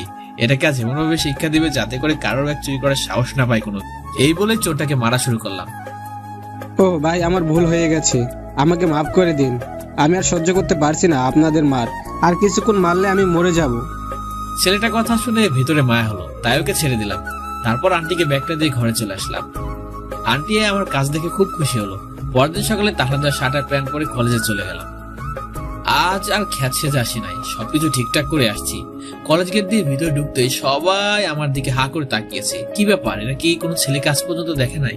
আমার দিকে এমন ভাবে তাকিয়ে আছেন কেন? ওদের এমন তাকিয়ে থাকা দেখে অস্বস্তি লাগতে লাগলো। তাই আমি আড্ডায় চলে গেলাম। কিন্তু তানা আমাকে দেখে অবাক হয়ে তাকিয়ে রইল। ওই তানা, কি হয়েছে তোমার, এভাবে তাকিয়ে আছো কেন? তোমাকে তো একদম রাজকুমারের মতো লাগছে। তোমাকে দেখলে তো যে কোনো মেয়ে প্রেমেই পড়ে যাবে। আরে তানা, তুমি যে কি বলো না। আরে দোষ, সত্যি তোকে নায়ক মতো লাগছে, একদম যেন রাজকুমার। তোকে দেখলে আসলে যে কোনো মেয়ে পটে যাবে। আচ্ছা, হয়েছে, এতক্ষণ ধরে আমার অনেকগুলো গুণগান করছিস। এবার ক্লাসের টাইম হয়ে গেছে, চল ক্লাসে যাওয়া যাক। তারপর তিনজন মিলে ক্লাসে দিকে রওনা দেয়। তানহা আজ নীলের পাশে বসছে, কিন্তু নীল কিছু বলতেও পারছে না। ক্লাসের সবাই আর চোখে নীলের দিকে তাকাচ্ছে। নীলের বিষয়টা কেমন যেন লাগতে লাগলো। তবে একটা বিষয়ে খুব ভালো লাগছে, নতুন বেশে আসছি তো, তাই সবাই এমনভাবে তাকাচ্ছে। নীল মনে মনে হেসে দেয়। একটু পরেই ক্লাস শেষ হয়ে যাওয়ার পর তিনজন মিলে কিছুক্ষণ আড্ডা দেই। তারপর ক্যান্টিনে গিয়ে খেতে বসি। নীল কি খাবে বলো? তোমার যা পছন্দ হয় তাই অর্ডার করো। এই রাজ, তুমি কি খাবে? ওই তো, আজ আমরা কেউ অর্ডার দেবো না, তোমার ইচ্ছে মতো অর্ডার করো, সেগুলোই আজ খাবো। তানহা ওদের কথা শুনে হেসে দেয়। আচ্ছা আচ্ছা, ঠিক আছে, আমি আজকে অর্ডার করছি। তারপর তানহা ওর পছন্দ মতো আইটেমগুলো অর্ডার করে। খাবার আসতে কিছুক্ষণ সময় লাগবে, তাই তিনজনে মিলে গল্প করতে থাকে। হঠাৎ করে একটা মেয়ে এসে নীলের সামনে হাঁটু গেড়ে বসে পড়ে, হাতে একটা গোলাপ ফুল। নীল, আমি তোমাকে অনেক ভালোবাসি, কিন্তু তোমাকে কখনো বলার মতো সাহস পাই নাই। আজকে কি যেন হলো আমার, তোমাকে দেখে আরেকবার ফিদা হয়ে গেলাম। তাই কিছু না ভেবেই প্রপোজ করলাম। তুমি কি আমাকে ভালোবাসবে? আমি কিছু বলতে যাব, সবার আগে তানহা যা করে বসলো সেটা দেখে তো সবাই অবাক হয়ে গেল। তানহা মেয়েটার গালে খুব জোরে দুটা থাপ্পড় মেরে দিল। মেয়েটা তাল সামলাতে না পেরে ছিটকে পড়ে গেল। তানহা আচরে মেয়েটা খুব ভয় পেয়ে যায়। তানহা আবার ওকে মারতে যায়। তখন আমি গিয়ে তানহাকে ধরে ফেললাম, আর মেয়েটা আমার পিছনে লুকিয়ে বলল, এই তানহা, তোমার কি মাথা খারাপ হয়ে গেছে নাকি? এই মেয়েটাকে এইভাবে মারছো কেন? তো মারবো না, কি করব? এই মেয়ের কত বড় সাহস যে তোমাকে প্রপোজ করে। আরে তানহা, এতে তোমার সমস্যাটা কি হলো? একজন মানুষ কাউকে ভালো লাগতেই পারে। এই ভালো লাগার অধিকার প্রত্যেক মানুষের মধ্যে রয়েছে, যে অধিকারটা ওই মেয়েরও আছে। তাই বলে তুমি ওকে এভাবে মারবে নাকি? তোমার তো দেখছি দিন দিন মাথায় খারাপ হয়ে যাচ্ছে। ওই মেয়েটা আমাকে পছন্দ হয়েছে, তাই ও আমাকে প্রপোজ করেছে, কিন্তু আমার তো ওকে পছন্দ হয়নি। এই কথাটা বলার আগেই তো তুমি ওকে ইচ্ছা মতো মারলে। এখন দেখো মেয়েটা ভয় পেয়ে আমার পিছনে লুকিয়ে আছে। একদম চুপচাপ করে আছে, কোনো কথা বলছে না। সে মনে হয় একটু বেশি করে ফেলছে। মেয়েটাকে ইশারা দিয়ে চলে যেতে বললাম। এই তানহা, মেয়েটা তো এবার চলে গেছে, টেবিলে বসো, খাবার খাবে এখন। তানহা নীলের কথায় কোনো উত্তর না দিয়ে মাথা নিচে করে ক্যান্টিন থেকে দৌড়ে বের হয়ে যায়।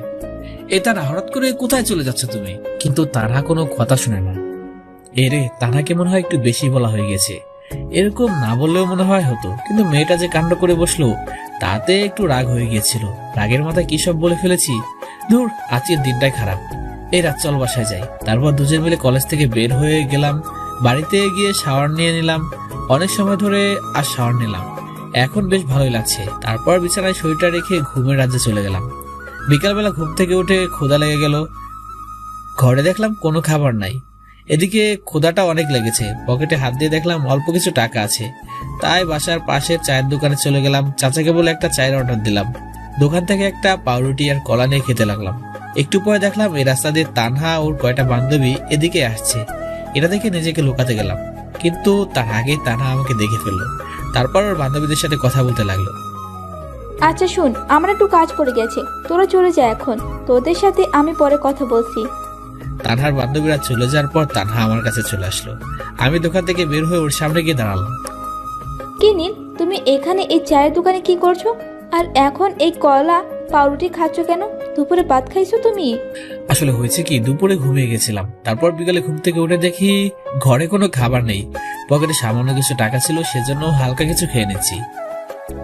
তোমাকে আমি বলছি যে আমরা খুব ভালো বন্ধু। এখন তোমার ভালো মন্দ এখন থেকে আমি দেখবো। আচ্ছা, এখন আমার সাথে চলো। আমি আবার এখন কোথায় যাব? তুমি তোমার মুখটা একটু বন্ধ রাখো তো। সব সময় আমাকে প্রশ্ন করো। আমি তোমাকে যেখানে নিয়ে যাব তুমি সেইখানে যাবে।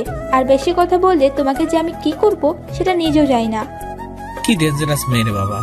কথায় কথায় শুধু ধমক দেয় আর শুধু ভয় দেখায়। আর কথা না বলে চুপ করে থাকলাম, কারণ বেশি কথা বললে এর আগে মেয়েটা কি থেকে কি করে বসবে সেটা নিজেও জানি না।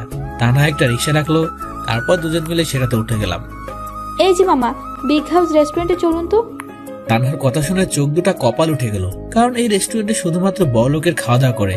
তানহা কিছু জিজ্ঞাসা করতে যাব, কিন্তু তানহা তো আমাকে চুপ করে থাকতে বলেছে, তাই চুপ করে থাকলাম। একটু পর আমাদের গন্তব্যস্থানে পৌঁছে গেলাম। দুজন মিলে রিক্সা থেকে নেমে পড়লাম। তারপর তানহা রিক্সা ভাড়া মিটিয়ে আমাকে নিয়ে রেস্টুরেন্টের ভিতরে চলে গেল। ভিতরে গিয়ে তো আরো অবাক, ভিতরটা যেন রাজপ্রাসাদ। আর তানহা, তুমি আমাকে এত বড় একটা জায়গায় নিয়ে আসলে, তোমার তো অনেক টাকা খরচ হবে। এই, তোমাকে না বলছি চুপচাপ করে আমার সাথে আসো। এত বেশি কথা বলো কেন তুমি? হ্যাঁ, আর টাকা খরচ হলে আমার হবে, তাতে তোমার কি? এখন এই টেবিলে বসো তো, আর কি খাবে তাই বলো। আর আমি কিছুই খাবো না, শুধু শুধু এরকম করছো তুমি। তোমাকে এই শেষবারের মতো করে বলছি, তুমি কিছু খাবে কি না? এই রে, এত রেগে যাচ্ছে কেন? আচ্ছা, তোমার যা পছন্দ হয় তুমি তাই অর্ডার করো। তারপর তানহা ওর নিজের মতো করে অর্ডার করলো। একটু পরে খাবারগুলো চলে আসলো। এমনিতে অনেক ক্ষুধা লাগছিল, তারপর এত ভালো খাবার দেখে পেটের ক্ষুধাটা আরো বেড়ে গেল। খাবারগুলো খুব মজা করে খেতে লাগলাম। হঠাৎ করে তানহার দিকে চোখ পড়লো। আমার দিকে সে এক দৃষ্টিতে তাকিয়ে আছে। এই তানহা, তোমার আবার কি হলো? এইভাবে আমার দিকে তাকিয়ে আছো কেন? আরে না, কিছু না, এমনিতেই তাকিয়েছিলাম।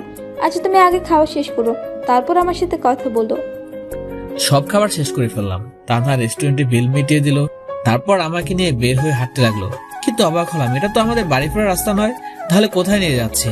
এই তানহা, এটা তো আমাদের বাড়ি ফেরার রাস্তা নয়, তাহলে আমাকে কোথায় নিয়ে যাচ্ছ? হ্যাঁ, ঠিক বলছো, এটা আমাদের বাড়িতে ফেরার রাস্তা নয়।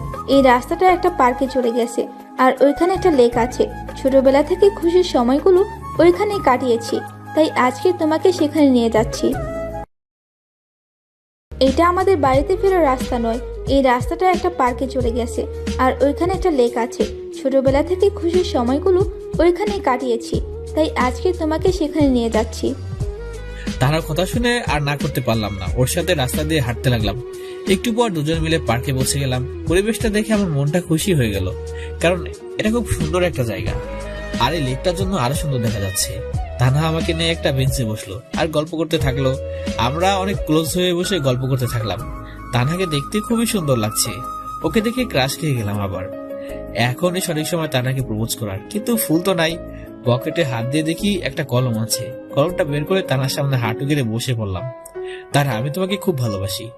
আগে তোমার আচরণের কারণে তোমাকে ঘৃণা করতাম, কিন্তু এখন তোমাকে ছাড়া যেন জীবনটা আর চলছে না। সবসময় তোমার কথা মনে পড়ে। তোমার ছোট ছোট শাসন আমার কাছে খুবই ভালো লাগে।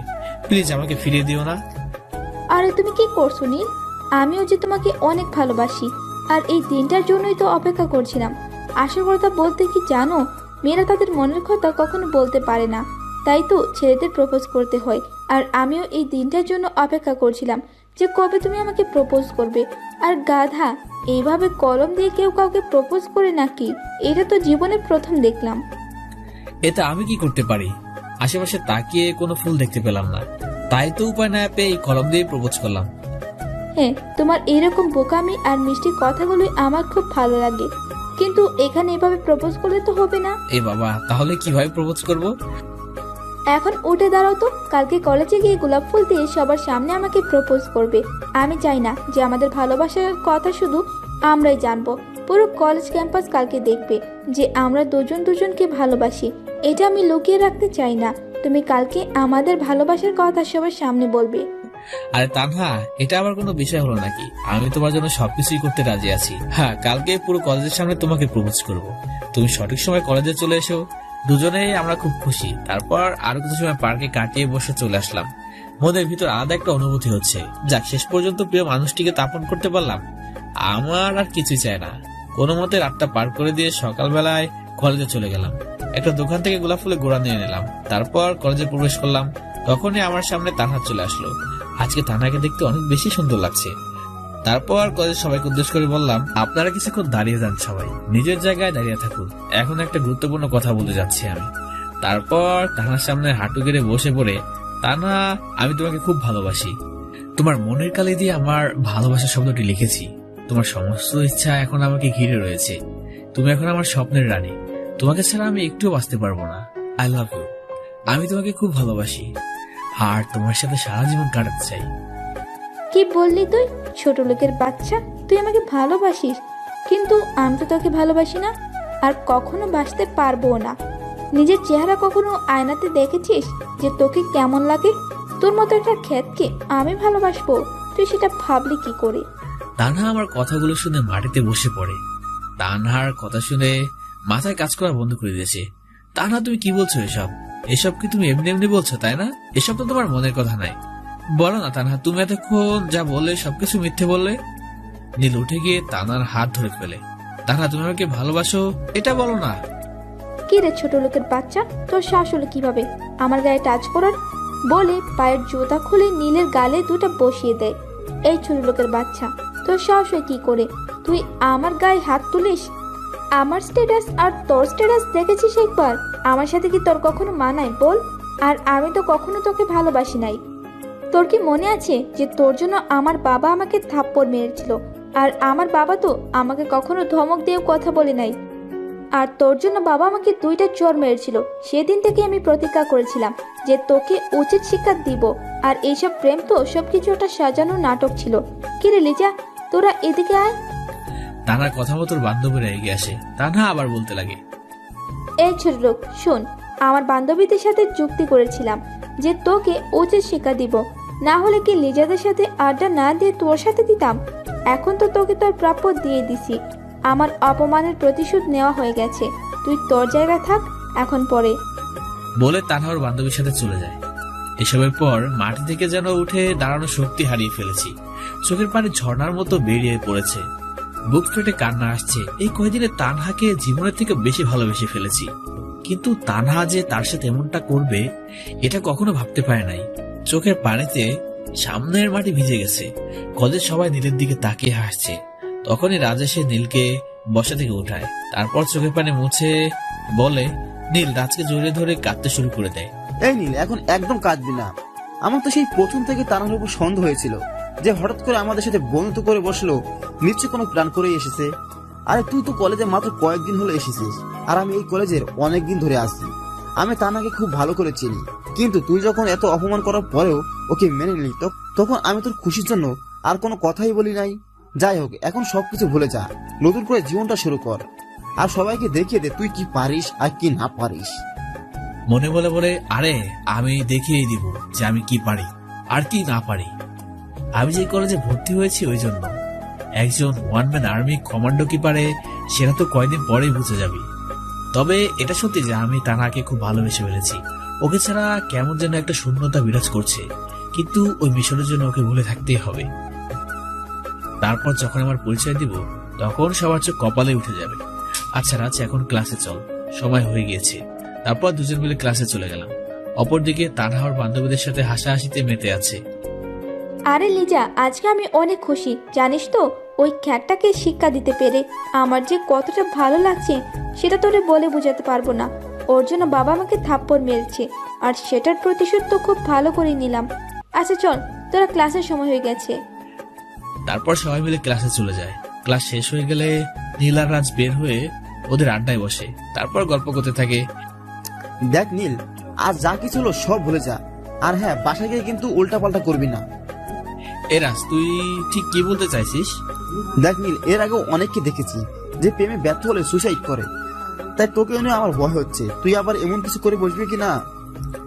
আচ্ছা রাজ, তুই কি পাগল হয়ে গেছিস নাকি? ওসব উল্টাপাল্টা কাজ যারা করে তারা একদম পাগল। নিজের জীবনকে নিজে শেষ করে দেওয়া কি এত সহজ নাকি? তোর কোনো চিন্তা নাই, আমি এমন কোনো কাজ করব না। আচ্ছা চল এখন বাসায় চলে যাই। তারপর দুজন মিলে বাসার দিকে রওনা দেয়। নীল বাসায় গিয়ে ফ্রেশ হয়ে খেয়ে নেয়, তারপর একটানা বিকাল পর্যন্ত ঘুম দেয়। হঠাৎ করে নীলের ফোনটা বেজে ওঠে। ফোনটা রিসিভ করতে ওপাশ থেকে একটা ছেলে বলে ওঠে, স্যার, একটা গুরুত্বপূর্ণ খবর আছে। আপনার ফ্রেন্ড সিআইডি অফিসার রিসা, যারা ভুল করে তুলে নিয়ে গিয়েছিল, তারা এখনো ম্যাডামকে ছেড়ে দেয়নি। এদিকে সিআইডি টিম তো পুরোপুরি ভাবে খোঁজা শুরু করে দিয়েছে। আমাদের কমান্ডো টিমের হেড আপনাকে দায়িত্ব দিয়েছেন রিসা ম্যাডামকে মুক্ত করে নিয়ে আসার জন্য, সেটা যেভাবেই হোক। আচ্ছা ঠিক আছে, আমি দেখছি বিষয়টা। তারপর ফোনটা কেটে দিলাম। মাথায় তো পুরো আকাশ ভেঙে পড়লো। আমি তো ভেবেছিলাম যে রিসাকে ওরা ছেড়ে দিয়েছে, কারণ ওরা আমাকে ধরতে এসেছিল। কি যে করি এখন? ওরা যে রিসাকে কোথায় নিয়ে গেছে সেটাও তো জানে না। হঠাৎই আমার ফোনে আননোন নম্বর থেকে একটা কল আসলো। ফোনটা রিসিভ করতে একটা মেয়ের গলা শোনা গেল। এই নীল, তুমি আমাকে বাঁচিয়ে নাও, এই সন্ত্রাসীরা আমাকে বন্দি করে রেখেছে। কণ্ঠটা শুনে বুঝতে পারলাম যে এটা রিসা। এই রিসা, তুমি কোথায় আছো? জানো তোমার জন্য কত চিন্তা হচ্ছিল আমার। নীল, আমি বুঝতে পারছি না যে এই জায়গাটা কোথায়, আর এখানে অনেকগুলো লোক ড্রাগ স্মাগলিং এর কথা বলছে। নিশ্চয়ই বড় কোনো অপরাধের সাথে যুক্ত আছে এরা। আর আমার মনে হয় এরাই সেই ড্রাগনের লোক যাদের সম্পর্কে তোমাকে একটা সিডি দিয়েছিলাম। প্লিজ তুমি কিছু করো। এরিসা, তুমি কোনো চিন্তা করো না, আমি এখনই এই সিমটাকে ট্র্যাক করছি। তারপর ফোনটা কেটে দিয়ে সিম অফিসে ফোন করলাম। ফোন করতেই ফোনটা ধরলো। এখনই এই নম্বর থেকে যে সিমে কল করা হয়েছে সেটা লোকেশন আমাকে এখনই চাই। তখনই সিমের লোকেশনটা দিয়ে দিল। তারপর আবার কমান্ড হেডকে ফোন করলাম। হ্যালো স্যার, আমার এখন একটা বিশেষ টিম দরকার। সময় হয়ে গিয়েছে ওই ড্রাগ স্মাগলিংদের ধরার। ওদের ঘাটির খোঁজ আমি পেয়ে গিয়েছি। স্যার, আমার মিশন কমপ্লিট হতে চলেছে। এখনই আপনি স্পেশাল একটা টিম পাঠান, ওদের ছেলাপেলা ধরতে হবে। ওকে ঠিক আছে, তুমি রেডি হও মাহফুজ, আমি তোমার জন্য একটা টিম পাঠিয়ে দিচ্ছি। ফোনটা কেটে দিয়ে তৈরি হয়ে নিলাম। একটু পরেই কয়েকজন আমার ঘরে ঢুকে গেল।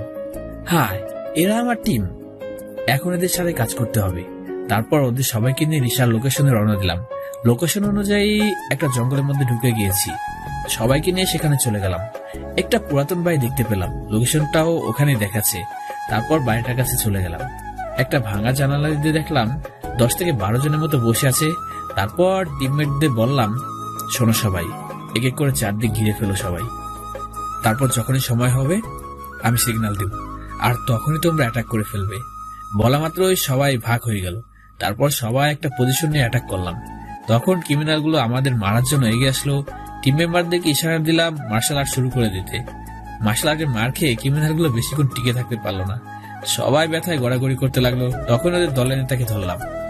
স্যার, আমাকে মাফ করে দিন, আমার অনেক বড় ভুল হয়ে গেছে, আর কখনো এমন হবে না।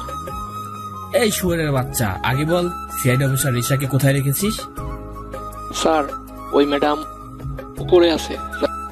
আচ্ছা চল এখন উপরে, বলে নেতাটাকে ধরে নিয়ে উপরে চলে গেলাম।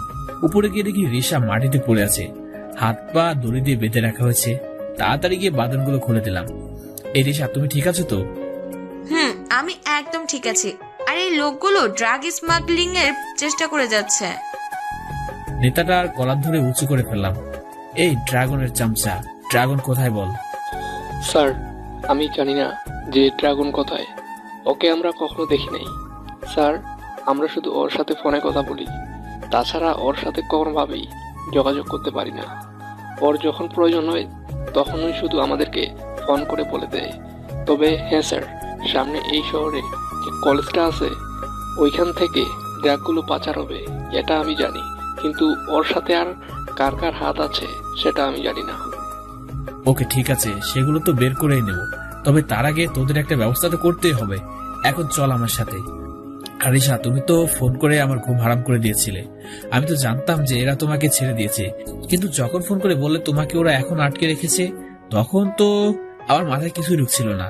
তবে এখন তুমি পুরোপুরি সেফ আছো, আর আমিও তোমাকে রক্ষা করে বন্ধুত্বটা বজায় রাখতে পারলাম। তোমার সিআইডি টিমকে জবাবদিহি করতে হবে না। বড় একটা ঝামেলা থেকে বেঁচে গেলাম। আচ্ছা, এবার চলো তোমাকে সেফলি সিআইডি টিমের হাতে দিয়ে আসি। তারপর ক্রিমিনালগুলোকে নিয়ে পুলিশের হাতে তুলে দিলাম, রিশাকে নিয়ে ওর টিমের হাতে তুলে দিলাম। সবাই তো আমাকে দেখে অবাক, সবাই আমার আসল পরিচয় জানতে চাইলো। তখন আমি তাদেরকে আমার কমান্ডার পরিচয় দিয়ে মিশন সম্পর্কে জানালাম। তখন তারা আশ্বস্ত হলো। তারপর সবার কাছ থেকে বিদায় নিয়ে বাসায় চলে আসলাম। বাসায় একা একা থাকায় তাহার ব্যবহারগুলো মনে পড়ে গেল। মনটা আবার অনেক খারাপ হয়ে গেল। যতই আমাকে অপমান করুক, জীবনের প্রথম তো তানাকে ভালোবেসেছিলাম। এখন একা থাকলে মনটা আরো খারাপ হয়ে যাবে। তাই রাজকে ফোন করে দিলাম, হ্যালো রাজ, পার্কের সামনে নদী আছে না, ওইটার কাছে চলে আয়, মনটা খুব খারাপ লাগছে। ফোনটা কেটে দিয়ে নদীর পাড়ে চলে গেলাম। একটু পরে রাজ এসে নীলের পাশে বসলো। দেখে নীল মন মরা হয়ে বসে আছে। কি রে নীল, এভাবে মন খারাপ করে বসে আছিস কেন?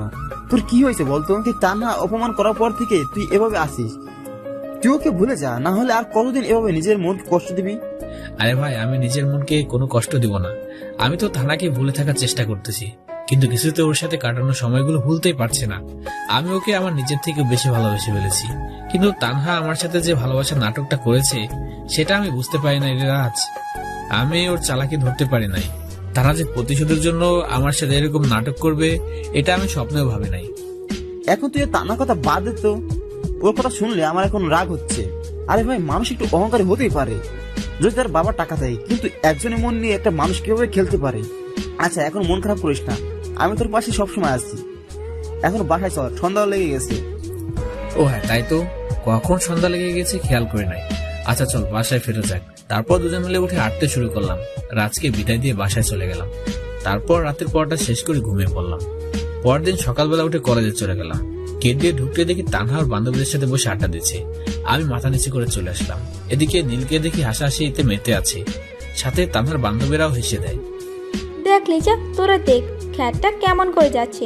ও ভেবেছিল যে আমি ওকে সত্যি ভালোবেসেছিলাম, কিন্তু বেচারা আমার প্রেমের ফাঁদে পা দিয়েই ভুল করছে। এখন তো অতি ধুকে দেওয়ানো হয়ে গেছে। ওর জন্য বাবা আমাকে থাপ্পড় মেরেছিল। তোরা জানিস, সেদিন আমার খুব কষ্ট লেগেছিল, যেখানে আমার বাবা আমার সাথে কখনো জোরে কথা বলি না। আমাকে খুব ভালোবাসে আমার বাবা, আমার কোনো চাপাও বাদ রাখে না। কিন্তু ছোট লোকটার জন্য সেদিন কি হয়েছিল, আমাকে থাপ্পড় মেরে কতগুলো কথা শুনিয়ে দিল। তখন মনে হচ্ছিল কষ্টে কলিজা ফেটে যাচ্ছে। এখন তো খুব সুখে আছি আমি, ছোট লোকটাকে দেখছি আর মজা নিতে পারছি। তানহা, আমার মনে হয় তুই অনেক বড় ভুল করেছিস। আমার নীলের উপর কেমন যেন সন্দেহ হয়। ওকে তুই এই এলাকাতে আগে কখনো দেখি নাই। কই থেকে এসে আমাদের কলেজে অ্যাডমিশন নিছে, আর সবচেয়ে বড় কথা হলো নীল আর রাজ খুব ভালো বন্ধু হয়ে গেছে। নীল সব মেয়েদেরকে খুব সম্মান করে রে তানহা। ওর মতো ভালো ছেলে আমি আর দেখি নাই। তুই ওকে এভাবে ঠকে ভালো একটা কাজ করিস নাই, পরে পস্তাতে হবে তোর। এখন তো নীল খুব কষ্ট পাচ্ছে, কিন্তু পরে তুই ওর প্রেমে আবার কষ্ট পাস না, কারণ নীল তোকে আর কখনো গ্রহণ করবে না। লিজা, তুই আমাকে হাসালি, এখন তো দেখি তুই ওর গুণগান শুরু করে দিয়েছিস। তবে এটা ঠিক যে রাজের সাথে ভালো বন্ধুত্ব হয়ে গেছে, আর রাজের স্ট্যাটাসের সাথে একমাত্র ওই ছোট লোকটারই মিলে যায়। এটা নিয়ে আমি কোনো চিন্তা করি না। আর তুই ওই যে বললি না যে খ্যাটটা খুব কষ্ট পাচ্ছে, আরে ওকে কষ্ট দেওয়ার জন্যই তো এতদিন নাটকটা আমাকে চালিয়ে যেতে হয়েছে। আর আমি বাবার থেকে যে কষ্ট পেয়েছি সেটা ওই খ্যাতের কষ্টর তার তুলনায় কিছুই না। ওকে যে এত ভালো বলছিস তুই কি জানিস যে এসব ছেলেরা মেয়েদেরকে দেখিয়ে দেখিয়ে সম্মান দেয়, যাতে মেয়েরা ওদের প্রেমে পড়ে যায়। আর আমি কখনো আফসোস করব না এই ভেবে যে আমি ওকে ঠকিয়েছি। আরে ওর মতো ছেলেরা আমার চারপাশে সবসময় ঘুরে বেড়ায়, আর ওর মতো ছোট লোকের প্রেমে পড়বো আমি? লিজা, তুই বলতেও পারিস এক এক সময় এক এক কথা। ওর প্রেমে তো পরে দূরে থাক, ওকে তো আমার মনেই থাকবে না। কত ছেলেকে এইভাবে সাহায্য করলাম, শুধু ওকেই একটু বেশি করে ফেলছি। তবে আমার কোনো সমস্যা হচ্ছে না, বা খারাপ লাগছে না যে আমি কষ্ট দিয়েছি। আচ্ছা, এখন ক্লাসের সময় হয়ে গিয়েছে, চল ক্লাসে যাই। তারপর তানহা ওর বান্ধবীরা মিলে ক্লাসে চলে যায়, কিন্তু গিয়ে দেখে ক্লাসে এখনো স্যার আসে নাই। রাজা নীল একা বসে আছে। আরে তানহা, দেখ নীল আর রাজা ক্লাসে একা বসে আছে। ক্লাসে তো কাউকে দেখি না। বুঝলি রে লিজা, এইটাই হলো কাটা গায়ে নুনের ছিটা দেওয়ার সময়। এখন ছোট লোকটার সাথে ভালো করে মজা নেওয়া যাবে। চল ওকে কিছু কথা শুনে আসি। রাজের সাথে গল্প করছি, হঠাৎ করে দেখি তানহা আর ওর বান্ধবীরা আসছে। তখন মাথা নিচু করে রাখলাম। আমি জানি তানহা এসে এখন আমাকে রাগানোর জন্য কিছু কথা বলবে। এই রাজ, তানহা আসছে, দেখ। ওর সাথে কোনো প্রকার কথা বলবি না, শুধু চুপ করে থাকবি। দরকার হলে ওর সাথে আমি কথা বলবো। হাসতে হাসতে নীলের কাছে চলে আসলাম। কি রে ছোট লোক, এখানে বসে কি গল্প করছিস রে? ওহ, বুঝেছি, ছেকাকে এসে দুঃখগুলো এই বান্দরটার সাথে শেয়ার করছিস না রে। কিন্তু কি জানিস, তোর জন্য আমার কোনো রকম মায়া কাজ করছে না। শুধুমাত্র তোর জন্য বাবা আমাকে থাপ্পড় মেরেছিল, সাথে অনেকগুলো কথাও শুনিয়েছিল। যাই হোক, সেটা বাদ দিলাম। এতদিন ধরে তো আমার টাকা দিয়ে অমত ফুর্তি করছিস। যাক, একদিক দিয়ে ভালোই হয়েছে, নিজের বাবার টাকায় তো জীবনে খেতে পারবি না, আমার টাকায় খেয়ে নিয়েছিস। তো এখন কি রাজের টাকা খাওয়ার চিন্তা করছিস নাকি? রাগের ঠেলায় ওর চোখ দুইটা একদম লাল হয়ে গিয়েছে। আমি ইশারা করে ওকে ঠান্ডা থাকতে বললাম। আচ্ছা তানহা, আপনার কি সারাদিন আর কোনো কাজ নেই, নাকি একটাই কাজ যে আমাকে বিভিন্ন কথা বলে রাগানো? কিন্তু একটা কথা শুনে রাখুন, আপনি যদি মনে করে থাকেন যে আমি আপনার কাছ থেকে ধোঁকা খাওয়ার পর একেবারে এলোমেলো হয়ে গিয়েছি, তাহলে আপনি খুব ভুল ভেবে বসে আছেন। কারণ আমি এখন কোনো প্রকার ডিপ্রেশনে নাই, আমি সম্পূর্ণ খুশি আছি। আর হ্যাঁ, আপনার প্রতি আমার কোনো ইন্টারেস্ট নাই। যা ছিল সেগুলো ঘৃণার সাগরে ভেসে গিয়েছে। কারণ আপনি একজনের মন ভেঙে দিয়েছেন। কারোর ক্ষতি করলে তো মাপ চাইলে পরিবর্তন করে মানিয়ে নেওয়া যায়, কিন্তু কারোর মন ভাঙলে সেটা আর সহজে জোড়া লাগানো যায় না। আপনি তো একজন প্রতারক যে মানুষের মন নিয়ে খেলা করে। আপনি এখন এখান থেকে আসতে পারেন। আমি আপনার কোনো কথা এখন শুনতে চাচ্ছি না। আমার কথাগুলো শেষ হতেই ক্লাসে স্যার চলে আসলো। রাগীর দৃষ্টিতে, তুই আমাকে অনেক জ্ঞান দিয়েছিস এত সময় ধরে, এখন ক্লাসে স্যার চলে আসছে, নয়তো আমিও তোকে কিছু জ্ঞান দান করতাম রে ছোট লোক। এই লিজা, চল গিয়ে বসি। মনে মনে হাসলাম, ওরে তানহা, তুমি তো এখন আমাকে চেনো না। যখন তোমার সামনে আর আসবো না, তখন তুমি বুঝবে কি হারিয়েছো। এখন এসব বাদ দেই। আমাকে যখন সামনে দেখবে না, তখন আমাকে পাবার জন্য আফসোস করবে। ভালোবাসার নাটক করলেও তো আমার সাথে একান্ত সময় কাটিয়েছো, সেই কথাগুলো মনে পড়বে তোমার। তারপর ক্লাসের দিকে মনোযোগ দিলাম। স্যার ক্লাসে এসে পরীক্ষার তারিখটা বলে দিলেন। তোমরা সবাই শোনো, আগামী 2 সপ্তাহ পরে তোমাদের পরীক্ষা। সবাই ভালো করে প্রস্তুতি নিবে, কারণ এই পরীক্ষা তোমাদের ফাইনাল পরীক্ষা। পরীক্ষাতে তোমাদের মধ্য থেকে সেরা স্টুডেন্টদেরকে বাছাই করা হবে। আর সামনের সপ্তাহে কলেজের বড় একটা অনুষ্ঠানের আয়োজন করা হয়েছে, আর এতে আমাদের তানহার বাবাকে প্রধান অতিথি করে নিয়ে আসছি। তোমরা সবাই প্রস্তুতি নিয়ে নাও। এই অনুষ্ঠানটা সকাল 10টা থেকে শুরু হবে আর রাত 10টায় শেষ হবে। তারপর স্যার কিছু গুরুত্বপূর্ণ নোট দিয়ে চলে গেলেন। ক্লাস থেকে বের হয়ে রাজের সাথে আড্ডায় বসে আছি, তখনই তানহা আমাদের সামনে আসলো। কি রে রাজ, তোর না একটা বোন আছে, তো ওই খ্যাটার সাথে কি বিয়ে দেওয়ার চিন্তা করছিস নাকি? বাহ, বলতে হবে, ভালো চয়েস আছে তোর। তা না, তুমি কিন্তু এবার তোমার সীমা অতিক্রম করে ফেলছো। মুখ সামনে কথা বলো। না হলে কি করবি তুই? এবার আর চুপ করে থাকতে পারলাম না। ওই তানহা, আপনার কি মাথায় তার ছিঁড়ে গেছে নাকি? বেহুদা আমার সাথে গায়ে পড়ে ঝগড়া করছেন। আপনার কি লজ্জা বলতে কিছু নেই, নাকি সব লজ্জা সরব পানি দিয়ে গুলিয়ে খেয়েছেন? আপনি এখান থেকে জানতো। এই রাজ, তুই চলে আয় তো এখান থেকে। যত সব পাগলের আড্ডাখানা এখানে। তাহলে তখন একটা কথা বলবে, কিন্তু তানাকে সুযোগ না দিয়ে রাজ কিনে চলে আসলাম। এদিকে রাগে গজগজ করতে লাগলো। কি, আমাকে ওই খেটটা পাগল বললো, মাথার তার ছেড়ে বললো? ওরে, তোকে তো আবার উচিত শিক্ষা দিব। রাজকে বাসায় পাঠিয়ে দিয়ে নিজ বাসায় চলে আসলাম। ফ্রেশ হয়ে খাবার খেয়ে নিলাম, তখনই ফোনটা বেজে উঠলো। হ্যাঁ বলো, কি খবর?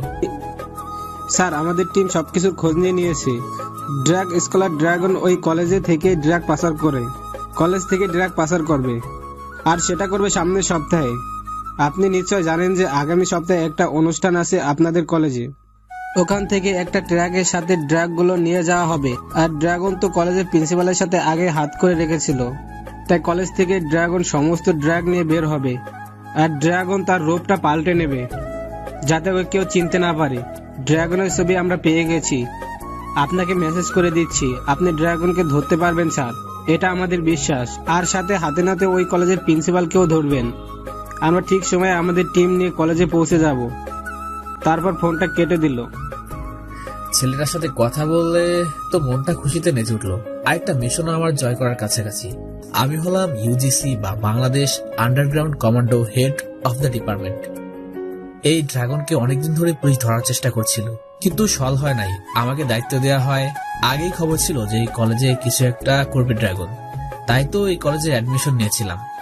আগামী সপ্তাহে পুরো কলেজে আমার আসল পরিচয় জানবে, আর তানহা আমার আসল পরিচয় জেনে নিশ্চয়ই আবার আমার কাছে আসতে চাইবে। কিন্তু সেটা তো আমি হতে দেব না, কারণ তানহা ভালোবাসার মর্ম বুঝে না, শুধু বুঝে কার কত টাকা।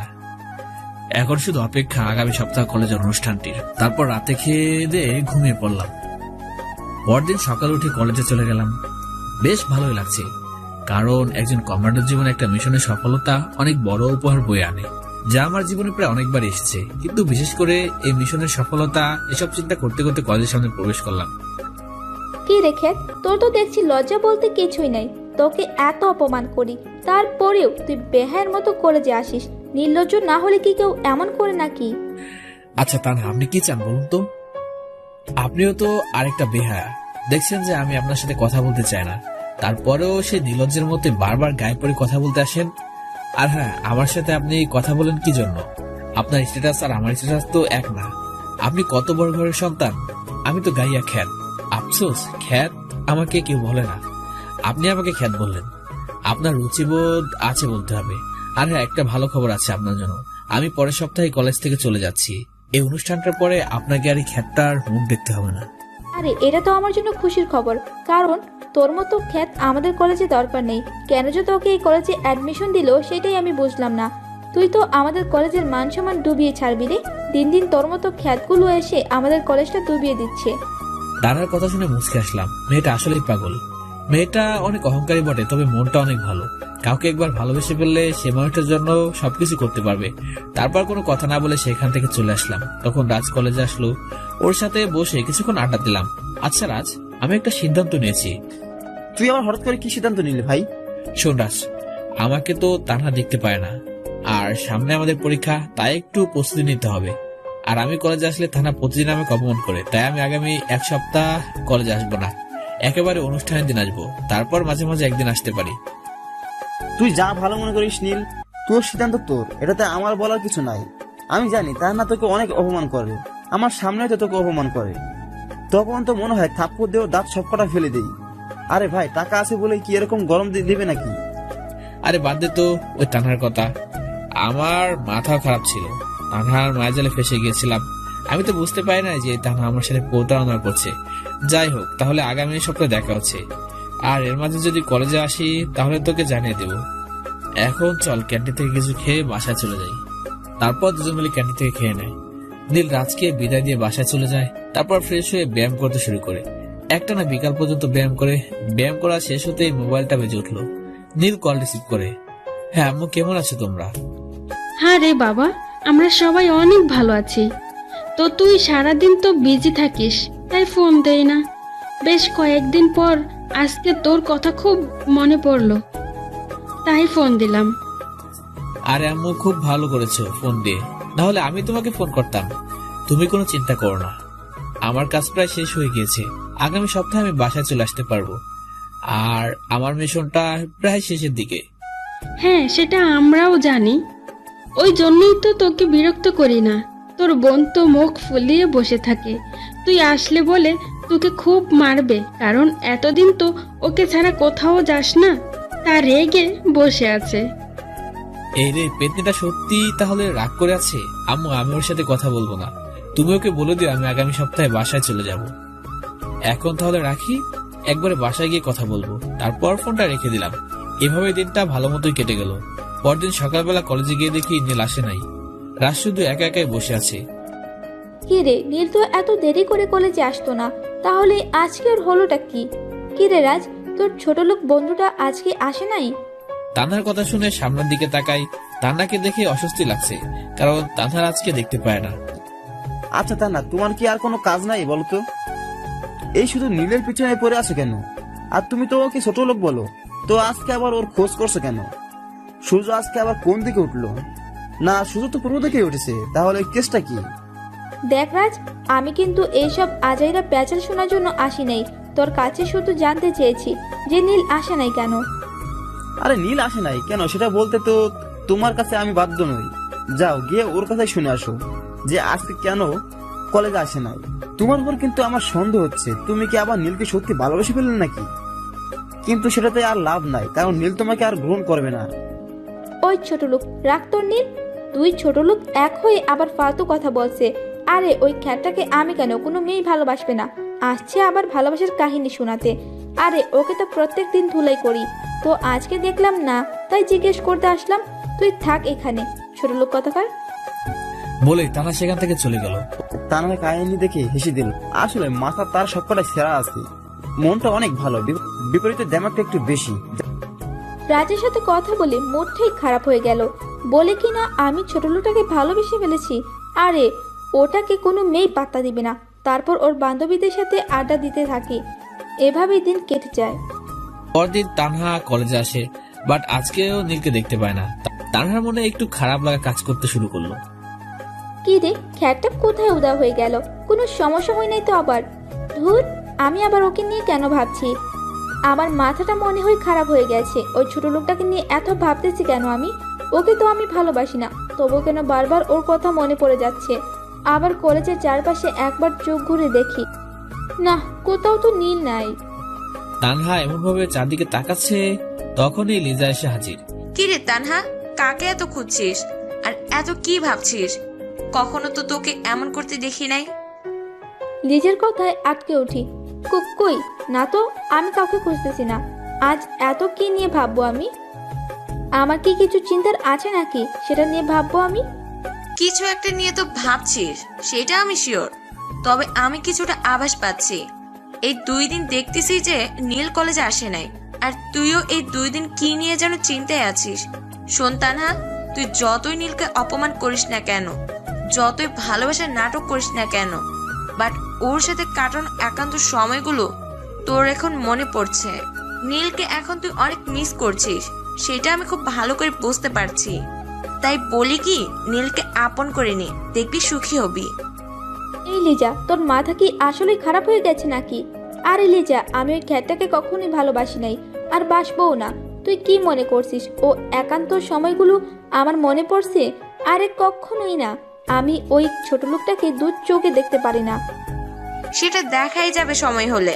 আমি শিওর যে তুই একদিন তোর এই ভুলটা বুঝতে পারবি আর নীলকে আপন করতে চাইবি, কিন্তু তখন আর সেটা হবে না। ঠিক আছে, এখন এই বিষয় বাদ দে, চল ক্লাসে যাই। তারপর দুজন মিলে ক্লাসের দিকে রওনা দেয়। এদিকে দিন সমস্ত রকম প্রিপারেশন নিয়ে মিশনটার জন্য এই 2 দিন বেশ ভালোভাবেই কেটেছে। বাকি দিনগুলো ভালোভাবে কাটাতে থাকে। আরো 2 দিন কেটে যায় নীলের, কিন্তু অপরদিকে তানহার মনে কেমন যেন খারাপ লাগা কাজ করছে।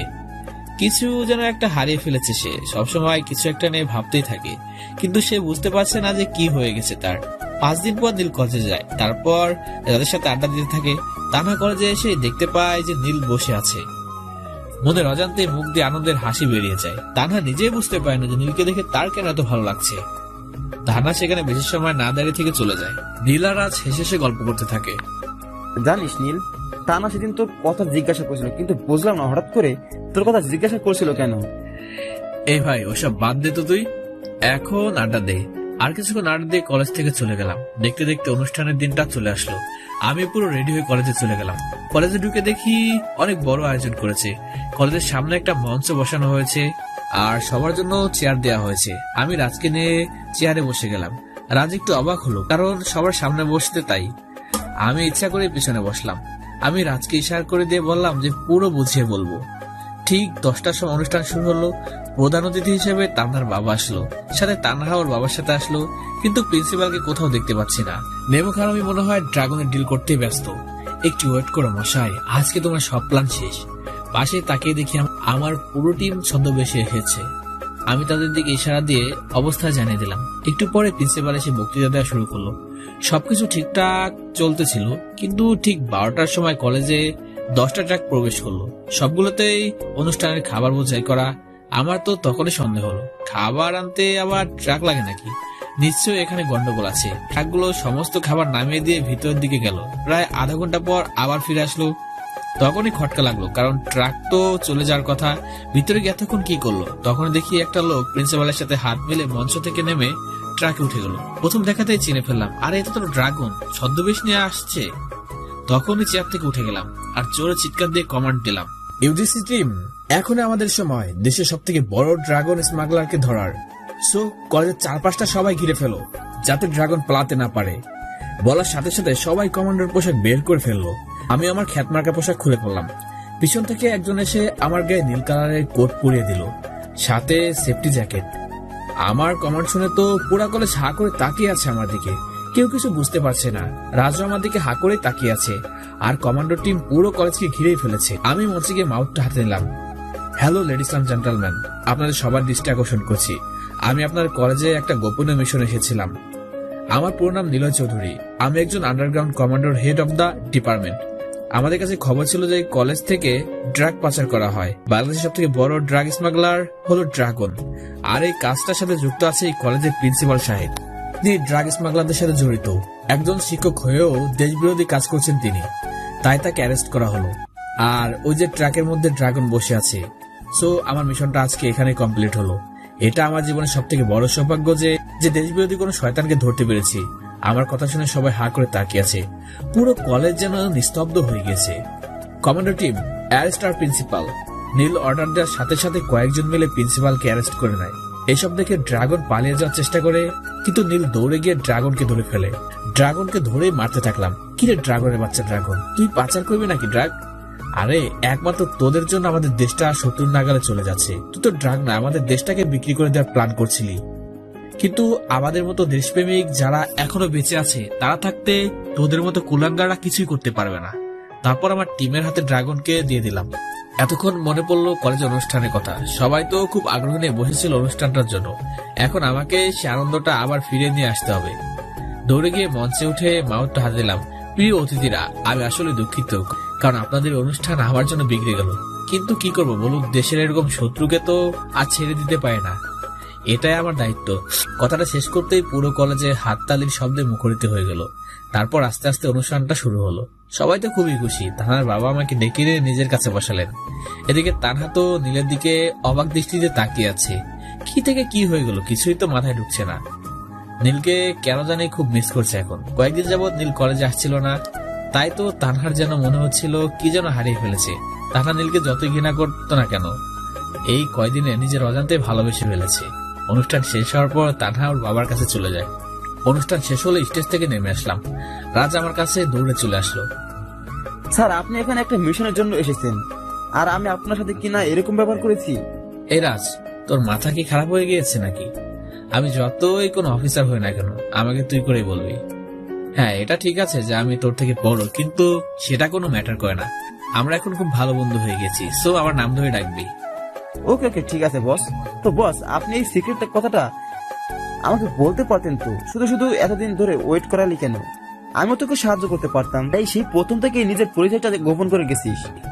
আরে রাজ, এটা আমাদের কমান্ডোর নিয়ম। আমি হলাম একজন আন্ডারগ্রাউন্ড কমান্ডো। নিজেদের পরিচয় সম্পূর্ণ গোপন করে মিশনে নামতে হয় আমাদের। আর মিশন শেষ না করা পর্যন্ত আড়ালেই থাকি। এখানে এসে তো তুই আমার সাথে প্রথম বন্ধুত্বের হাত বাড়িয়ে দিছিস। জানিস, তখন আমি খুব খুশি হয়েছিলাম, কারণ কোনো খ্যাত মানুষকে কেউ পছন্দ হয় না। আমি পরীক্ষার আগ দিন পর্যন্ত এখানে থাকবো, তারপর চলে যাব। ততদিন তোর সাথে পুরো এলাকাটা ঘুরে বেড়াবো। আচ্ছা, এখন চল তোকে বাড়িতে পৌঁছে দিয়ে আসি। তারপর নীলা রাজ মিলে বেরিয়ে পড়ে, নিজের বাবার সাথে বাড়িতে চলে যায়। তারপর রুমে গিয়ে বিছানায় বসে পড়ে। কিছুই তো মাথায় ঢুকতেছে না। নীলকে খ্যাত ছোট লোক বলে এত অপমান করলাম, ওকে কি না কি ভাবছিলাম, আর কি বের হলো ওর পরিচয়। তানহা কিছুই বুঝতে পারছে না, তাই বাবার কাছে চলে যায়। গিয়ে দেখে বাবা রুমে বসে আছে। আচ্ছা বাবা, তোমার কাছে আমি একটা কথা জিজ্ঞেস করব। হ্যাঁ মা, কি জানতে চাস বল। বাবা, নীল তো একটা খ্যাত আর ছোট লোক। ওকে তো আমি পছন্দ করতাম না, সবসময় ওকে অপমান করতাম, কিন্তু আজকে তো কিছুই বুঝতে পারলাম না। আর সেদিন ওই ছোট লোকটার জন্য আমাকে থাপ্পড় পর্যন্ত মারলে। এই তানহা, তুই কাকে খ্যাত বলছিস? তুই কি শুনতে পাস নাই যে নীল কি বললো তখন? আর নীল হলো একজন আন্ডারগ্রাউন্ড কমান্ডো। এইখানে এই মিশন এসেছিল। আমার কাছে আগে একটা ফোন এসেছিল যে এখানে নীল আসবে, ওর সমস্ত দায়িত্ব যেন আমিই নেই। কিন্তু দুর্ভাগ্যবশত ওকে আমি চিনতাম না। পরে যখন তোর কথা মতো কলেজে ওকে অ্যারেস্ট করতে গেলাম, তখন আমার ফোনে একটা ফোন এসেছিল। আর ফোনের ওপাশে কে ছিল জানিস? আমাদের দেশের প্রধানমন্ত্রীর কমান্ডো প্রধান, যে কিনা এই মিশনটা নিয়ে কাজ করছিল। আমাকে বলল, যদি এমপির দায়িত্বটা হারাতে না চাও তাহলে এই ছেলেটাকে ছেড়ে দাও। আর আমার কাছে নীলের পরিচয় বলে দিল। তখনই আমার অবস্থা খারাপ হয়ে গেছিল, আর তোর উপর খুব রাগ হয়েছিল, তাইও চড়ও মেরেছিলাম। বাবা, তুমি কি বলছো এসব? বাবার কথা শুনে যেন তানহার পায়ের নিচ থেকে মাটি সরে যায়, কপালে ঘাম জমতে শুরু করে। বাবার এক একটা কথা শুনে বড় বড় ধাক্কা খেতে থাকে। কিন্তু বাবা, আমি যে অনেক বড় ভুল করে ফেলেছি। সেদিন কলেজে নীল কোনো দোষ করছিল না, আমি ওকে বিরক্ত করছিলাম। তারপর তোমাকে মিথ্যা বলে পুলিশ আনি, কিন্তু তুমি যখন ওর জন্য আমাকে চোর মারলে তখন আমার খুব রাগ হয়েছিল। আমি অহংকারে ফেটে পড়ছিলাম আর প্রতিজ্ঞা করেছিলাম যে ওকে শাস্তি দিব। তাই পরে ওর সাথে প্রেমের নাটক করা শুরু করি আর ওকে আমার মোহে আবদ্ধ করে ওর জীবন থেকে সরে যাই। আমি অনেক বড় ভুল করে ফেলছি আর অন্যায় করেছি। আগে ওকে দেখতে পারতাম না, কিন্তু এখন নিজের অজান্তে ওকে ভালোবেসে ফেলেছি। কিন্তু নীলকে এখন আমাকে মেনে নিবে, কারণ ওর মনটা তো আমি ভেঙে দিয়েছি। সেটা আমি জানি না রে তানহা, তবে একটা বিষয় জানি, নীল খুব ভালো ছেলে, সবার সাথে খুব ভালো করে মিশে যেতে পারে, সবাইকে খুব ভালো সম্মান। এই যুগে এরকম ছেলে আরেকটা মেলে না সহজে। আর তুই তো ওর মনটাই ভেঙে দিয়েছিস। কারো মন ভাঙলে সহজে সেটা জোড়া লাগে না। হ্যাঁ, যদি পারিস তাহলে পায়ে ধরে ক্ষমা চাইবি, এখানে আমার কিছু বলার নাই। বাবা, আমি জানি যে নীল আমাকে মেনে নিবে না, কারণ ওর নীল আমাকে অবহেলা করে। আমি ওকে ছাড়া এখন বাঁচতে পারবো না। বলে রুমে চলে যায়, বিছানায় শুয়ে কাঁদতে থাকে। এইটা আমি কি করলাম?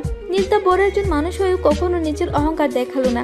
ইচ্ছা করলেই তো আমার থেকে প্রতিশোধ দিতে পারতো, কিন্তু সেটা নীল করে নাই, বরং মাথা নিচু করে আমার সব রকম অপমান সহ্য করে গেছে। এখন আমি নীলকে ছাড়া তো বাঁচতে পারবো না। মনের অজান্তে ওকে ভালোবেসে ফেলেছি। এখন ওকে ছাড়া শূন্যতা বিরাজ করছে বলে কাঁদতে থাকে। একসময় ঘুমিয়ে যায়। এদিকে নীল বাসায় গিয়ে ল্যাপটপ অন করে, তারপর নেট থেকে ওর আম্মুকে ফোন করে।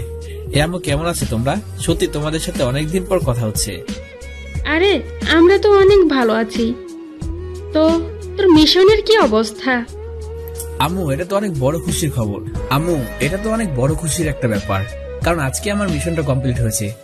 কিন্তু আমি ভাবতে পারছি না যে কলেজের প্রিন্সিপাল এই ড্রাগ স্মাগলিংদের সাথে এত জঘন্য অপরাধ করছে কেন। শিক্ষকরা যদি এগুলো করতে পারে তাহলে দেশের অবকাঠামো কোন জায়গায় গিয়ে দাঁড়াবে, তুমি ভাবতে পারো একবার? কি বলিস কি তুই? একজন কলেজের টিচার হয়ে এই অন্যায় কাজ করেছে, ওকে তো ফাঁসির দড়িতে ঝোলানো উচিত। আর আম্মু, ড্রাগনকে অ্যারেস্ট করে ফেলেছি, যে কিনা সমস্ত নাটের গুরু। সমস্ত ড্রাগ তো ওর হাত দিয়ে পাচার হয়, ওটাকে আমি ধরে ফেলেছি। আর হ্যাঁ, বাসায় আগামী সপ্তাহে চলে আসছি, কোনো টেনশন কর না। এখন ফোনটা রাখি, পরে কথা বলবো। তারপর ফোনটা কেটে দিয়ে ঘুমিয়ে পড়লাম। পরদিন সকালে উঠে কলেজে চলে গেলাম, কিন্তু আজকে কোনো ক্লাস করার জন্য না, আজকে সবার সাথে পরিচিত হওয়ার জন্য। কলেজে গিয়ে দেখি রাজ আমার আগে এসে বসে আছে। ওকে দেখে খুব খুশি হলাম।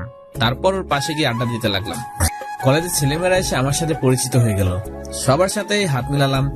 এখন একটা বিষয় মনে হলো, যখন নিজের পরিচয়টা দেয় নাই তখন কেউ কথা বলতে আসে নাই, কিন্তু এখন আমার পরিচয় জেনে সবাই কাছে চলে আসলো, আমাকে সম্মান জানাচ্ছে। কি আজব দুনিয়া। আর রাজনীল বসে বসে গল্প করতে লাগলো আর হাসাহাসি করতে লাগলো। এদিকে তানা কলেজে এসে দেখলো যে নীল বসে আছে। তানা মুচকি এসে দিল, নীলের কাছে এসে বসে পড়ল। কেমন আছো তুমি নীল? তানা এরকম আচরণ দেখে অবাক হয়ে গেলাম। কি হলো তানা, তুমি এরকম গায়ের সাথে মিশে বসলে কেন?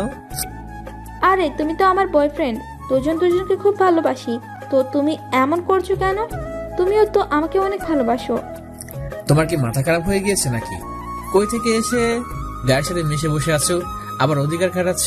তোমার জন্য আমার মনে এখন কোনো জায়গা নেই, তুমি আমার আগে থেকেই মন ভেঙে দিয়েছো। নীল, আমি তোমাকে খুব ভালোবাসি, বিশ্বাস করো, তোমাকে ছাড়া বাঁচতে পারবো না। আমি তোমাকে দেখতে পারতাম না, এইসব করছিলাম প্রতিশোধ নেওয়ার জন্য, কিন্তু এখন তোমাকে ছাড়া কোনো কিছু চিন্তা করতে পারছি না। প্লিজ আমাকে একটা শেষ সুযোগ দাও। সেটা সম্ভব নয়, তোমার উপর থেকে সমস্ত বিশ্বাস উঠে গিয়েছে আমার। তোমাকে এখন আমার একটু বিশ্বাস হয় না। তুমি আমার মনটা কেড়ে নিয়ে কাচের মতো ভেঙে ফেলেছো। এখন আমার থেকে সরে যাও বলে উঠে দাঁড়ালাম। তখনই পায়ে পড়ে যায়। নীল, আমি তোমাকে খুব ভালোবাসি, আর আমি তোমাকে ছাড়া বাঁচতে পারবো না। তোমাকে নিজের অজান্তেই ভালোবেসে ফেলেছি। প্লিজ আমাকে ফিরিয়ে দিও না। নিজের পাটা ছাড়িয়ে নিয়ে রাজের সাথে চলে আসলাম, কারণ এসব কাহিনী দেখার সময় আমার নেই। এসব অনেক দেখেছি, আমাকে আবার নতুন করে ফাঁদে ফেলানোর চেষ্টা করছে, কিন্তু আমি তো সেই সুযোগ আর দিব না। রাজকে নিয়ে নদীর তীরে চলে আসলাম, তারপর দুজনে বসে পড়লাম। আচ্ছা রাজ, মানুষ কি পৃথিবীতে নিজের স্বার্থ ছাড়া আর কিছুই বুঝতে পারে না? আমি যখন সাধারণভাবে ছিলাম তখন আমাকে কোনো পাত্তাই দেয়নি কেউ, কত কিছু বলে অপমান করেছে, আর এখন যেদিন আমার পরিচয় জেনেছে তখন আমার কাছে ভালোবাসার দাবি নিয়ে চলে এসেছে। নীল রে, দুনিয়াটা বড়ই অদ্ভুত। নিজের স্বার্থ ফুরে গেলে সে ছেড়ে চলে যাবে। তার নাও তো সেটার ব্যতিক্রম কিছু করে নাই, তোর সাথে ভালোবাসার নাটক করে চলে গেছে। আচ্ছা এখন চলে যাই। তারপর দুজনে বাসায় চলে গেলাম। এভাবে কয়েকটা দিন কেটে গেল। তানহা আমার কাছে কয়েকবার এসেছে, কিন্তু আমি ওকে পাত্তা দিইনি। তারপর পরীক্ষার দিন চলে আসলো, কলেজে চলে গেলাম, কিন্তু তানহাকে কোথাও দেখতে পেলাম না। কি ব্যাপার, কি হয়েছে? তানহা তো কখনো দেরি করে কলেজে আসে না, কিন্তু একটু পরে কলেজে একটা কালো কালের গাড়ি প্রবেশ করলো। গাড়ি থেকে একটা মেয়ে নামলো। প্রথমে তো চিনতে পারলাম না, তবে একটু পরে চোখ পড়লো, এই তো তানহা। নিজের শরীরে কি অবস্থা করেছে, চোখের নিচে কালো দাগ পড়ে গেছে, শরীরটা যেন শুকনো কাঠের মতো হয়ে গেছে। তানহা আমার দিকে একবার তাকালো, চোখের চাহনিতে অসহায়ের ছাপ, কিন্তু আমি ওর চোখে চোখ রাখতে পারলাম না, মাথাটা নিচু করে ফেললাম। তারপর তানহা পরীক্ষা হলে প্রবেশ করলো। তারপর আজকে পরীক্ষার হলে চলে যেতে বললাম। পরীক্ষাটা হয়ে গেল, রেজাল্টের পর বাড়িতে চলে যাব। সেই কয়দিন এখানে রাজের সাথে থাকবো। শিক্ষকরা আমাকে নিয়ে গেস্ট রুমে বসালেন, তারপর সমস্ত খাবারের আয়োজন করলো। আমি শুধু অবাক হয়ে তাকিয়ে থাকলাম, কারণ আমার মোটেও ক্ষুধা নেই। এইসবকে আমি এখন খেতে পারবো নাকি? আরে স্যার, আপনারা কি করছেন এগুলো? আমি তো এসব কিছুই খেতে পারবো না, পেট একদম ভর্তি হয়ে আছে। আরে আপনি কি বলছেন এগুলো? আমরা তো সামান্য কিছুর আয়োজন করেছি, বেশি কিছু করতে পারি নাই। প্লিজ আপনারা আমাকে নিজের ছেলের মতো ভাববেন। আমি আপনাদের চেয়ে অনেক ছোট। আমি অফিসার হতে পারি, কিন্তু আপনাদের মতো সম্মানিত না। আমি এতগুলো খাবার এমনি কিভাবে খাবো তাই বলেন? কিন্তু কোনো কিছু বলে শিক্ষকদের থামানো গেল না, জোর করে আমাকে খাইয়ে দিল। তারপর আমার সাথে বসে গল্প করতে থাকলো। পরীক্ষা শেষ হয়ে গেল, রাজের সাথে ক্যাম্পাসে এসে দাঁড়ালাম। তখনই তান্না পরীক্ষা শেষ করে বাইরে বের হয়ে আসলো। চেহারা অনেক খারাপ হয়ে গিয়েছে, নিজের শরীরের প্রতি মনে হয় যত্ন নেয় না। দেখি হঠাৎ আমার দিকে আসছে, আমার সামনে এসে দাঁড়ালো। নীল, আমি তোমাকে একটা কথা বলতে চাই, প্লিজ না করো না। হ্যাঁ, কি বলবেন তাড়াতাড়ি বলুন। তবে হ্যাঁ, ওই প্রেমের নাটক আর আমার কাছে করতে আসবেন না। আমি মিশনটা শেষ করার আগে আপনার মৃত্যু প্রেমের মোহনাতে বেসে গেছিলাম, কিন্তু আপনি সেই ভুলটা নিজ থেকেই ভেঙে দিলেন। আমি তো আপনাকে খুব ভালোবেসেছিলাম, আপনাকে ছাড়া কোনো কিছু চিন্তাই করতে পারতাম না। তবে কেন আমার এই সরল মনটা নিয়ে খেলা করলেন আপনি? আর নিজের চেহারা ইহাল করেছেন কেন? যত্ন নেওয়া কি একদম ভুলে গিয়েছেন নাকি? আপনি তো এই কলেজের টপ সুন্দরী, তো হঠাৎ করে আপনার এটা হলো কি করে? দিলে কথা শুনে শুকনো মুখে একটা স্লান হাসি দিয়ে যেখানে কষ্টের সাপ রয়েছে। আচ্ছা নীল, তুমি বলো, আমি যার জন্য নিজেকে সাজিয়ে রাখবো, যার জন্য নিজের শরীরের যত্ন নিব, সে যদি আমার কাছে না থাকে তাহলে কার জন্য এসব করব?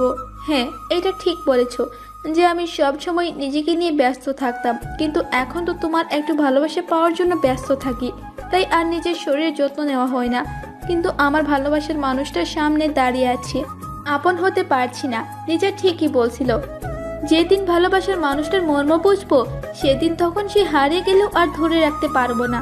আর এখন তোমার সাথে ঠিক এইটাই হয়েছে। আমি তো এখন নিজেকে ফিল করতে পারি না, মনে হয় দুনিয়া থেকে অল্প দিনেই হারিয়ে যাব। আর এখন শেষ একটা কথাই বলে যাচ্ছি, আমি তোমাকে খুব ভালোবাসি, আর তুমিও আমাকে ভালোবাসো, কিন্তু আমি তোমার মনে আঘাত করেছি তাই মেনে নিচ্ছ না। যেদিন আমি হারিয়ে যাব সেদিন নিশ্চয়ই তুমি আমার জন্য কাঁদবে। এটাই আমার শেষ কথা। আশা করি তোমাকে আর ডিস্টার্ব করব না। ভালো থেকে বলে একটা হাসি দিয়ে চলে গেল। তানহার কথা শুনে এক পা নাড়াতে পারলাম না, কারণ ওর শেষের কয়েকটা কথা কানের মধ্যে বাজতে লাগলো। সত্যি আমি তো তানহাকে এখনো অনেক ভালোবাসি, কিন্তু কিছু একটা আমাকে ওর থেকে দূরে সরিয়ে রেখেছে। মনে হয় আমার মনটা এখন ওর উপর রাগ করে আছে। তবে সত্যি বলতে তানহা অনেক চেঞ্জ হয়ে গিয়েছে। যাক, সেটা পরে দেখা যাবে, এখন বাসায় গিয়ে বিশ্রাম করা যাক। রাতকে বাসায় পাঠিয়ে দিয়ে নিজে বাসায় চলে গেলাম। এভাবে কয়েকটা দিন কেটে গেল। পরীক্ষা শেষ হয়ে গিয়েছে, এরই মধ্যে কলেজে নতুন প্রিন্সিপাল নিয়োগ হয়েছে, আর অল্প কয়েকদিনের মধ্যে রেজাল্ট বের হবে। ওকে বিশেষ অতিথি হিসেবে ইনভাইট করা হয়েছে। পরিবার সাথেও অনেকদিন হলো দেখা হয় না, তাই ওদেরকেও বলছি এখানে চলে আসতে। সব মিলে মনটা অনেক ভালো লাগছে। বিকালবেলা রাজকে ফোন দিয়ে একটা পার্কে আসতে বললাম, তারপর নিজে তৈরি হয়ে চলে গেলাম পার্কে। গিয়ে দেখি রাজও বসে আছে। রাজকে দেখে তো নিজেই ফিদা হয়ে গেলাম। আজকে ওকে সুন্দর লাগছে, কে রাজ, আজকে তো তোকে হিরোর মতো লাগছে। এই হয়েছে, আর পাম দিতে হবে না। তুই কি কম সুন্দর নাকি? চল এখন কি এক জায়গায় বসি। আচ্ছা, আমার কিন্তু তান্নাকে দেখে অনেক খারাপ লাগছে। তান্না কিন্তু সত্যি অনেক পরিবর্তন হয়ে গেছে, সত্যি তোকে ভালোবাসি ফেলেছে। আর ওর শরীরের অবস্থা দেখেছিস? তা তানহাকে এখন আমি অনেক ভালোবাসি, তবে কি জন্য যেন ওকে আপন করে নিতে পারছি না আমি। ওকে দেখে তো আমার অনেক খারাপ লাগছে, তবে ভাবছি আপন করে নেব। বলছিস তো যে ওকে আপন করে নিবি, তবে দেখি যেন দেরি না হয়ে যায়। ওর যা অবস্থা দেখলাম সেটাতে দুনিয়া থেকেই মনে হচ্ছে হারিয়ে যাবে। তুই ওকে খুব তাড়াতাড়ি আপন করে নে। হ্যাঁ, সেটা দেখবো। জানিস, আমার পরিবারকে এখানে নিয়ে আসছি। তোদের রেজাল্টের দিন তো পুরো পরিবার সহ আমি উপস্থিত থাকবো, খুব মজা করবো দুজন মিলে। আর তানার বাবাকেও তো ইনভাইট করা হয়েছে, তাদের সাথে দেখা করে অনেক সময় গল্প করলাম। খুব সুন্দর ছিল মুহূর্তটা। সন্ধ্যার দিকে বাসায় চলে আসলাম। এভাবে কেটে গেল আরো 2 দিন। কলেজে রেজাল্ট দিবে, নতুন একটা হোটেলে উঠেছি আজ রাতের জন্য। রাতে বিছানায় বসে ফেসবুকিং করছিলাম, হঠাৎ দরজায় কলিং বেল বেজে উঠলো। দরজা খুলে দেখি আব্বু আম্মু আর আমার বোন যারা চলে এসেছে। আমাকে দেখেই তো পাগলিটা জড়িয়ে ধরলো। কেমন আছিস তুই ভাইয়া? হ্যাঁ রে কিউটি, আমি খুব ভালো আছি। তো তুই কেমন আছিস? ভাইয়া রে, এখন খুব ভালো থাকবো, কারণ আমি তোকে পেয়ে গেছি। তোকে আজ খুব করে জ্বালাবো। আর একবার শুধু বাসায় যা, তোরে বিয়ে কেমন করে দিতে হয় সেটা খুব ভালো করে জানি আমি। দেখ তো, বাবা মাকে বাইরে দাঁড় করিয়ে দিয়ে রাখছি আমরা। বাবা মা, তোমরা ভিতরে আসো। আমার বোনটাকে পেয়ে তোমাদের কথা ভুলে গিয়েছিলাম। তারপর সবাইকে ভিতরে নিয়ে আসলাম। আরে ভাইয়া, হোটেলটা তো আমার খুব পছন্দ হয়েছে, এটা কিনে ফেল, তাহলে আর আমার থাকার জন্য কষ্ট করতে হবে না। আরে পাগলি, আমাদের বাড়িটা তো খুব সুন্দর করে করেছি। তাছাড়া প্রত্যেকটা রুম তোর মনের মতো করে সাজিয়েছি। তারপর যদি বলিস তাহলে আরো ভালো করে সাজিয়ে দিব। না রে ভাইয়া, আমার এত কিছু লাগবে না। যা দিয়েছিস সেটাই আমার জন্য অনেক কিছু। আমার আর কিছুরই প্রয়োজন নেই। এখন চল তো সবাই মিলে গল্প করি। তারপর সবাইকে নিয়ে গল্প করতে থাকলাম। আমাকে অনেকদিন পর কাছে পেয়ে গল্প যেন থামছে না। অনেক সময় পর্যন্ত গল্প করে রাতের খাবার খেয়ে নিলাম। তারপর সবাই ঘুমিয়ে গেলাম। সকালবেলায় সবাইকে নিয়ে কলেজের উদ্দেশ্যে বের হলাম। রাজকে ফোন করে দিলাম যেন তাড়াতাড়ি চলে আসে। তারপর কলেজে পৌঁছে দেখি অনেক বড় আয়োজন করেছে। 2টা চেয়ার দেখলাম বিশেষ করে সাজিয়ে রেখেছে, নিশ্চয়ই আমার আর তানহার বাবার জন্য। কলেজে এতক্ষণ প্রায় সবাই চলে এসেছে। শিক্ষকরা আমাকে দেখে স্টেজে নিয়ে গেলেন আর আমার পরিবারকে সামনের চেয়ারে বসানো হলো। একটু পরে কলেজে গেট দিয়ে কয়েকটা গাড়ি প্রবেশ করলো। গাড়ি থেকে তানহার বাবা বেরিয়ে আসলো, সাথে তানহাও আছে। শিক্ষকরা গিয়ে তানহার বাবাকে স্টেজে নিয়ে আসলো। তানহা গিয়ে স্টুডেন্টের চেয়ারে বসলো। তারপর প্রিন্সিপাল মাউথ হাতে নিল। আজ আমাদের কলেজে একটা অনুষ্ঠানের আয়োজন করা হয়েছে, সেখানে সমস্ত স্টুডেন্টদের মেধা যাচাই করা হবে। ইতিমধ্যে আমাদের কলেজে একটা দুর্ঘটনা ঘটে গিয়েছে, যে কারণে আমরা সব শিক্ষকগণ লজ্জিত। আমার আগের প্রিন্সিপাল সাহেব ড্রাগ স্মাগলিং এর সাথে জড়িত ছিলেন। এটা কেউ কোনো শিক্ষকের কাছ থেকে আশা করে না। তবে আজকে এখানে 2 জন সম্মানিত ব্যক্তি বসে আছেন। একজন দেশের সবচেয়ে বড় বিজনেসম্যান আনোয়ার সাহেব, আর অপরজন হলেন underground commando head of the department Neel Chowdhury. Neel তো একজন দেশের সেবক। আমরা তাকে অন্তর দিয়ে সম্মান করি, কারণ সে একজন বড় অপরাধী। ড্রাগনকেও অ্যারেস্ট করেছে। আমি আর কথা বাড়াবো না, আমি ছাড়াও অনেকে কথা বলবে, এই বলে মাউথটা রেখে দেয়। আমাকে বক্তব্য দেওয়ার জন্য বলা হয়। তারপর কিছু কথা বললাম, সবাইকে উদ্দেশ্য করে কথা বলা শেষ করে বসলাম। তখন আনোয়ার সাহেব নিজের হাতটা আমার দিকে বাড়িয়ে দিলেন। হ্যান্ডশেক করে নিলাম। আনোয়ার সাহেব সবকিছুতে আমাকে সাহায্য করতে চেয়েছিলেন, কিন্তু আমার সাহায্য নেওয়ার প্রয়োজন হয় নাই। তারপর আনোয়ার সাহেবের সাথে কিছুক্ষণ আলাপ করলাম। কয়েকজন মিলে বক্তব্য দিলেন। সবশেষ তানহার বাবা বক্তব্য দিলেন, কারণ তিনি প্রধান অতিথি। অনেক বড় গুরুত্বপূর্ণ কথা বললেন। তারপর আবার প্রিন্সিপাল সাহেব মাউথটা হাতে নিলেন। ডিয়ার স্টুডেন্টস, তোমরা সবাই মনকে প্রস্তুত করো, কারণ এখন তোমাদের রেজাল্ট দেয়া হবে, আর প্রথম থেকে 3য় স্থান অধিকারীদেরকে পুরস্কার দেয়া হবে। তারপর প্রিন্সিপাল সাহেব নাম ঘোষণা করতে লাগলেন। প্রথম হয়েছে আমার বন্ধু রাজ। আমি তো অনেক খুশি হলাম, আর এই পুরস্কারটা আমার হাত থেকে নিল রাজ। এভাবে সবার নাম ঘোষণা করলো, কিন্তু সবাই অবাক হয়ে গেল যখন তানহার নাম সবার শেষে পাওয়া গেল। যেখানে তানহা সবসময় প্রথম হতো, আর সেখানে এখন সবার পিছনে। ইতিমধ্যে সবার মাঝে কানাঘোষা শুরু হয়ে গেছে। আমি মাউথ নিয়ে সবাইকে শান্ত করলাম। অনুষ্ঠানটা ভালোভাবে হয়ে গেল। আমাদের জন্য বিশেষ খাবারের ব্যবস্থা করেছে শিক্ষকরা, তাই খেতে চলে গেলাম। খাওয়ার সময় তানহা আমার দিকে বারবার কোন দৃষ্টিতে তাকাচ্ছিল, কিন্তু ওর চোখে চোখ রাখতে আমি পারছিলাম না। কিরে ভাইয়া, মেয়েটা তোর দিকে এভাবে তাকাচ্ছে কেন? দেখ তো, মনে হচ্ছে মেয়েটা কাঁদছে। তোর সাথে কি কিছু হয়েছে নাকি? যার কাছে কিছুতেই বলতে চাইছিলাম না, কিন্তু জোর করে সবকিছু শুনে নিল। আমার ভাবিটা তো দেখতে মাশাআল্লাহ, কিন্তু আচরণটা এমন ছিল ভাবতে পারছি না। আরে আমার চেহারাও তো অনেক ভালো, তাই বলে কারো মন নিয়ে খেলতে হবে নাকি? যারাকে শান্ত করলাম, খাওয়া শেষ করে বাইরে বের হয়ে আসলাম। তানহা হঠাৎ করে এসে আমার পায়ে পড়ে গেল। নীল, আমি তোমাকে অনেক ভালোবাসি, প্লিজ আমাকে ফিরিয়ে দিও না। তুমি যদি আমাকে গ্রহণ না করো তাহলে আমি মারা যাব, কিন্তু আমি তোমাকে ছাড়া আর থাকতে পারছি না। বুকের ভেতরটা শূন্য হয়ে গেছে, তোমাকে নিয়ে সবসময় ভাবি, তোমাকে ভুলতে পারছি না। প্লিজ আমাকে ফিরিয়ে দিও না। এটা না, তোমার কি মাথা খারাপ হয়ে গেছে নাকি? আমার পা ছাড়ো বলছি। এটা কিন্তু এখন বেশি বাড়াবাড়ি হয়ে যাচ্ছে। না, আমি ছাড়বো না। তুমি ভালোবাসি না বললে আমি ছাড়বো না। ধুর, আমার অনেক রাগ হয়ে গেল। অন্তত পাটা ছাড়বে তো। বাইক ঝটকা মেরে ছাড়ে নিলাম। তোমাকে আমি ভালোবাসতে পারবো না, এখন এখান থেকে যেতে পারো। তানহা কাঁদতে কাঁদতে চলে গেল। আমিও রাজের সাথে দেখা করে আমার পরিবার নিয়ে বাসায় চলে আসলাম।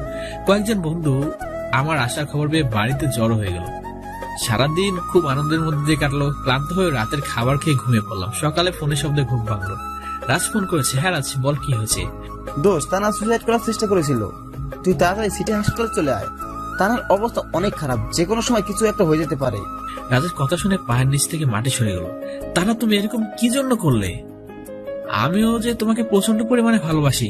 তোমার উপর তো শুধু আমার অভিমান ছিল, আবার অভিমানটাও ভাঙতে পারলে না। তুমি এরকম কেন করলে? চোখের পানি মুছে শার্টটা গায়ে দিয়ে গাড়ি নিয়ে বেরিয়ে পড়লাম। চোখ দিয়ে অঝরে পানি পড়ছে। গাড়িটা ঝড়ের গতিতে চালাতে লাগলাম। একটু পরে হসপিটালে পৌঁছে গেলাম। দেখি তানহার বাবা মা কেবিনের বাইরে বসে আছে, আর রাজ লিজা একপাশে দাঁড়িয়ে আছে। তানহার বাবা আমাকে দেখে দৌড়ে আসলো। নীল বাবা, তানহা আমাকে তোমাদের ব্যাপারে সবকিছু বলেছে। দেখো না, আমার পাগলিটা তোমাকে পাবে না বলে কি পাগলামো করেছি। আমি জানি যে তোমাকে তানহা অত্যাচার করেছি, কিন্তু এটাও সত্য যে তানহা তোমাকে খুব ভালোবাসে। সেটার প্রমাণ আমরা নিজেরা। প্লিজ আমার মেয়েটাকে বাঁচিয়ে নাও। বলে কাঁদতে লাগলো। আমি বললাম, আঙ্কেল আপনি কোনো চিন্তা করবেন না, আমি সবকিছু দেখছি। একটু পর অপারেশন রুমে ডক্টর বের হলেন। দৌড়ে গেলাম। ডক্টর, রোগীর কি অবস্থা? আপনাদের চিন্তার কোনো কারণ নেই, রোগী বিপদসীমার বাইরে আছে। যদি সময় মতো না নিয়ে আসতো তাহলে কিছু একটা হয়ে যেত। যাই হোক, এখন আপনারা দেখা করতে পারেন রোগীর সাথে। আমি বাদে সবাই কেবিনে চলে গেল। একটু পর আঙ্কেলরা বেরিয়ে আসলেন। নীল বাবা, তানহা তোমাকে ভিতরে ডাকছি। ভিতরে গেলাম। তানহা বেডে শুয়ে আছে। আমাকে দেখে মুখটা ঘুরে নিল। আমি গিয়ে ওর পাশে বসলাম। তানহা, আমি সরি, আর কখনো এমনটা হবে না। একদম চুপচাপ, কোনো উত্তর নাই। তানহা, হে ম্যাম সরি, আমাকে মাফ করে দাও। কোনো কথা নাই। পাশে থেকে একটা সিরিঞ্জ নিয়ে হাতে ধরলাম। তানহা, তুমি যদি এখন কথা না বলো তাহলে আমি আমার হাতে ঢুকিয়ে দেবো। এইবার নীলের দিকে মাথা ঘুরে থাকায়, ওইটা হাত থেকে ফেলে দাও বলছি, না হলে কিন্তু খুব খারাপ হয়ে যাবে। হাত থেকে সিরিঞ্জটা ফেলে দিলাম। তানহা, আমাকে মাফ করে দাও। আমি সত্যি তোমাকে অনেক ভালোবাসি। একবার তো আমার বিমানটা ভাঙাতে পারতে নাকি? তোমার কিছু হয়ে গেলে নিজেকে কিভাবে ক্ষমা করতাম আমি? বলো, আমাকে মাফ করে দিয়েছো? মাফ করতে পারি একটা শর্তে, আমাকে বিয়ে করতে হবে আর এখন কিস করতে হবে। ওই প্রথম শর্ত মানতে পারবো, কিন্তু দ্বিতীয়টা এখন না, সেটা বিয়ের পরে। তোমাকে এখনই কিস করতেই হবে, না হলে এমন অবস্থা করব যা ভাবতে পারবে না। বলেই নীলের মাথাটা টান দিয়ে ঠোঁট জোড়া নিজের দখলে করে নিল। এই ভিউয়ার্সরা এখনো এখানে কি করছেন? যান, ভাগেন এখান থেকে। আমার বলছি লজ্জা করে না? যান, বিয়েতে আসবেন সবাই, আর নিজেরা বিয়ে করে মজা নেবেন। বাকিটা ইতিহাস হয়ে থাকবে, সবাই ইতিহাস থেকে পড়ে নেবেন। সো দর্শক বন্ধুরা, আজকের গল্পটি আপনাদের কাছে কেমন লেগেছে সেটি অবশ্যই নিচে কমেন্ট করে জানাবেন। আর হ্যাঁ, পরবর্তীতে আপনারা কি ধরনের গল্প পেতে চান সেটিও নিচে কমেন্ট করে জানাবেন। সো সবাই ভালো থাকবেন, সুস্থ থাকবেন। আর হ্যাঁ, আপনি যদি এখনো আমাদের চ্যানেলটি সাবস্ক্রাইব না করে থাকেন তাহলে প্লিজ চ্যানেলটি সাবস্ক্রাইব করে পাশে থাকা বেল বাটনটি বাজিয়ে দিবেন। এতে করে আমাদের পরবর্তী ভিডিওগুলো পেয়ে যাবেন সবার আগে। ধন্যবাদ।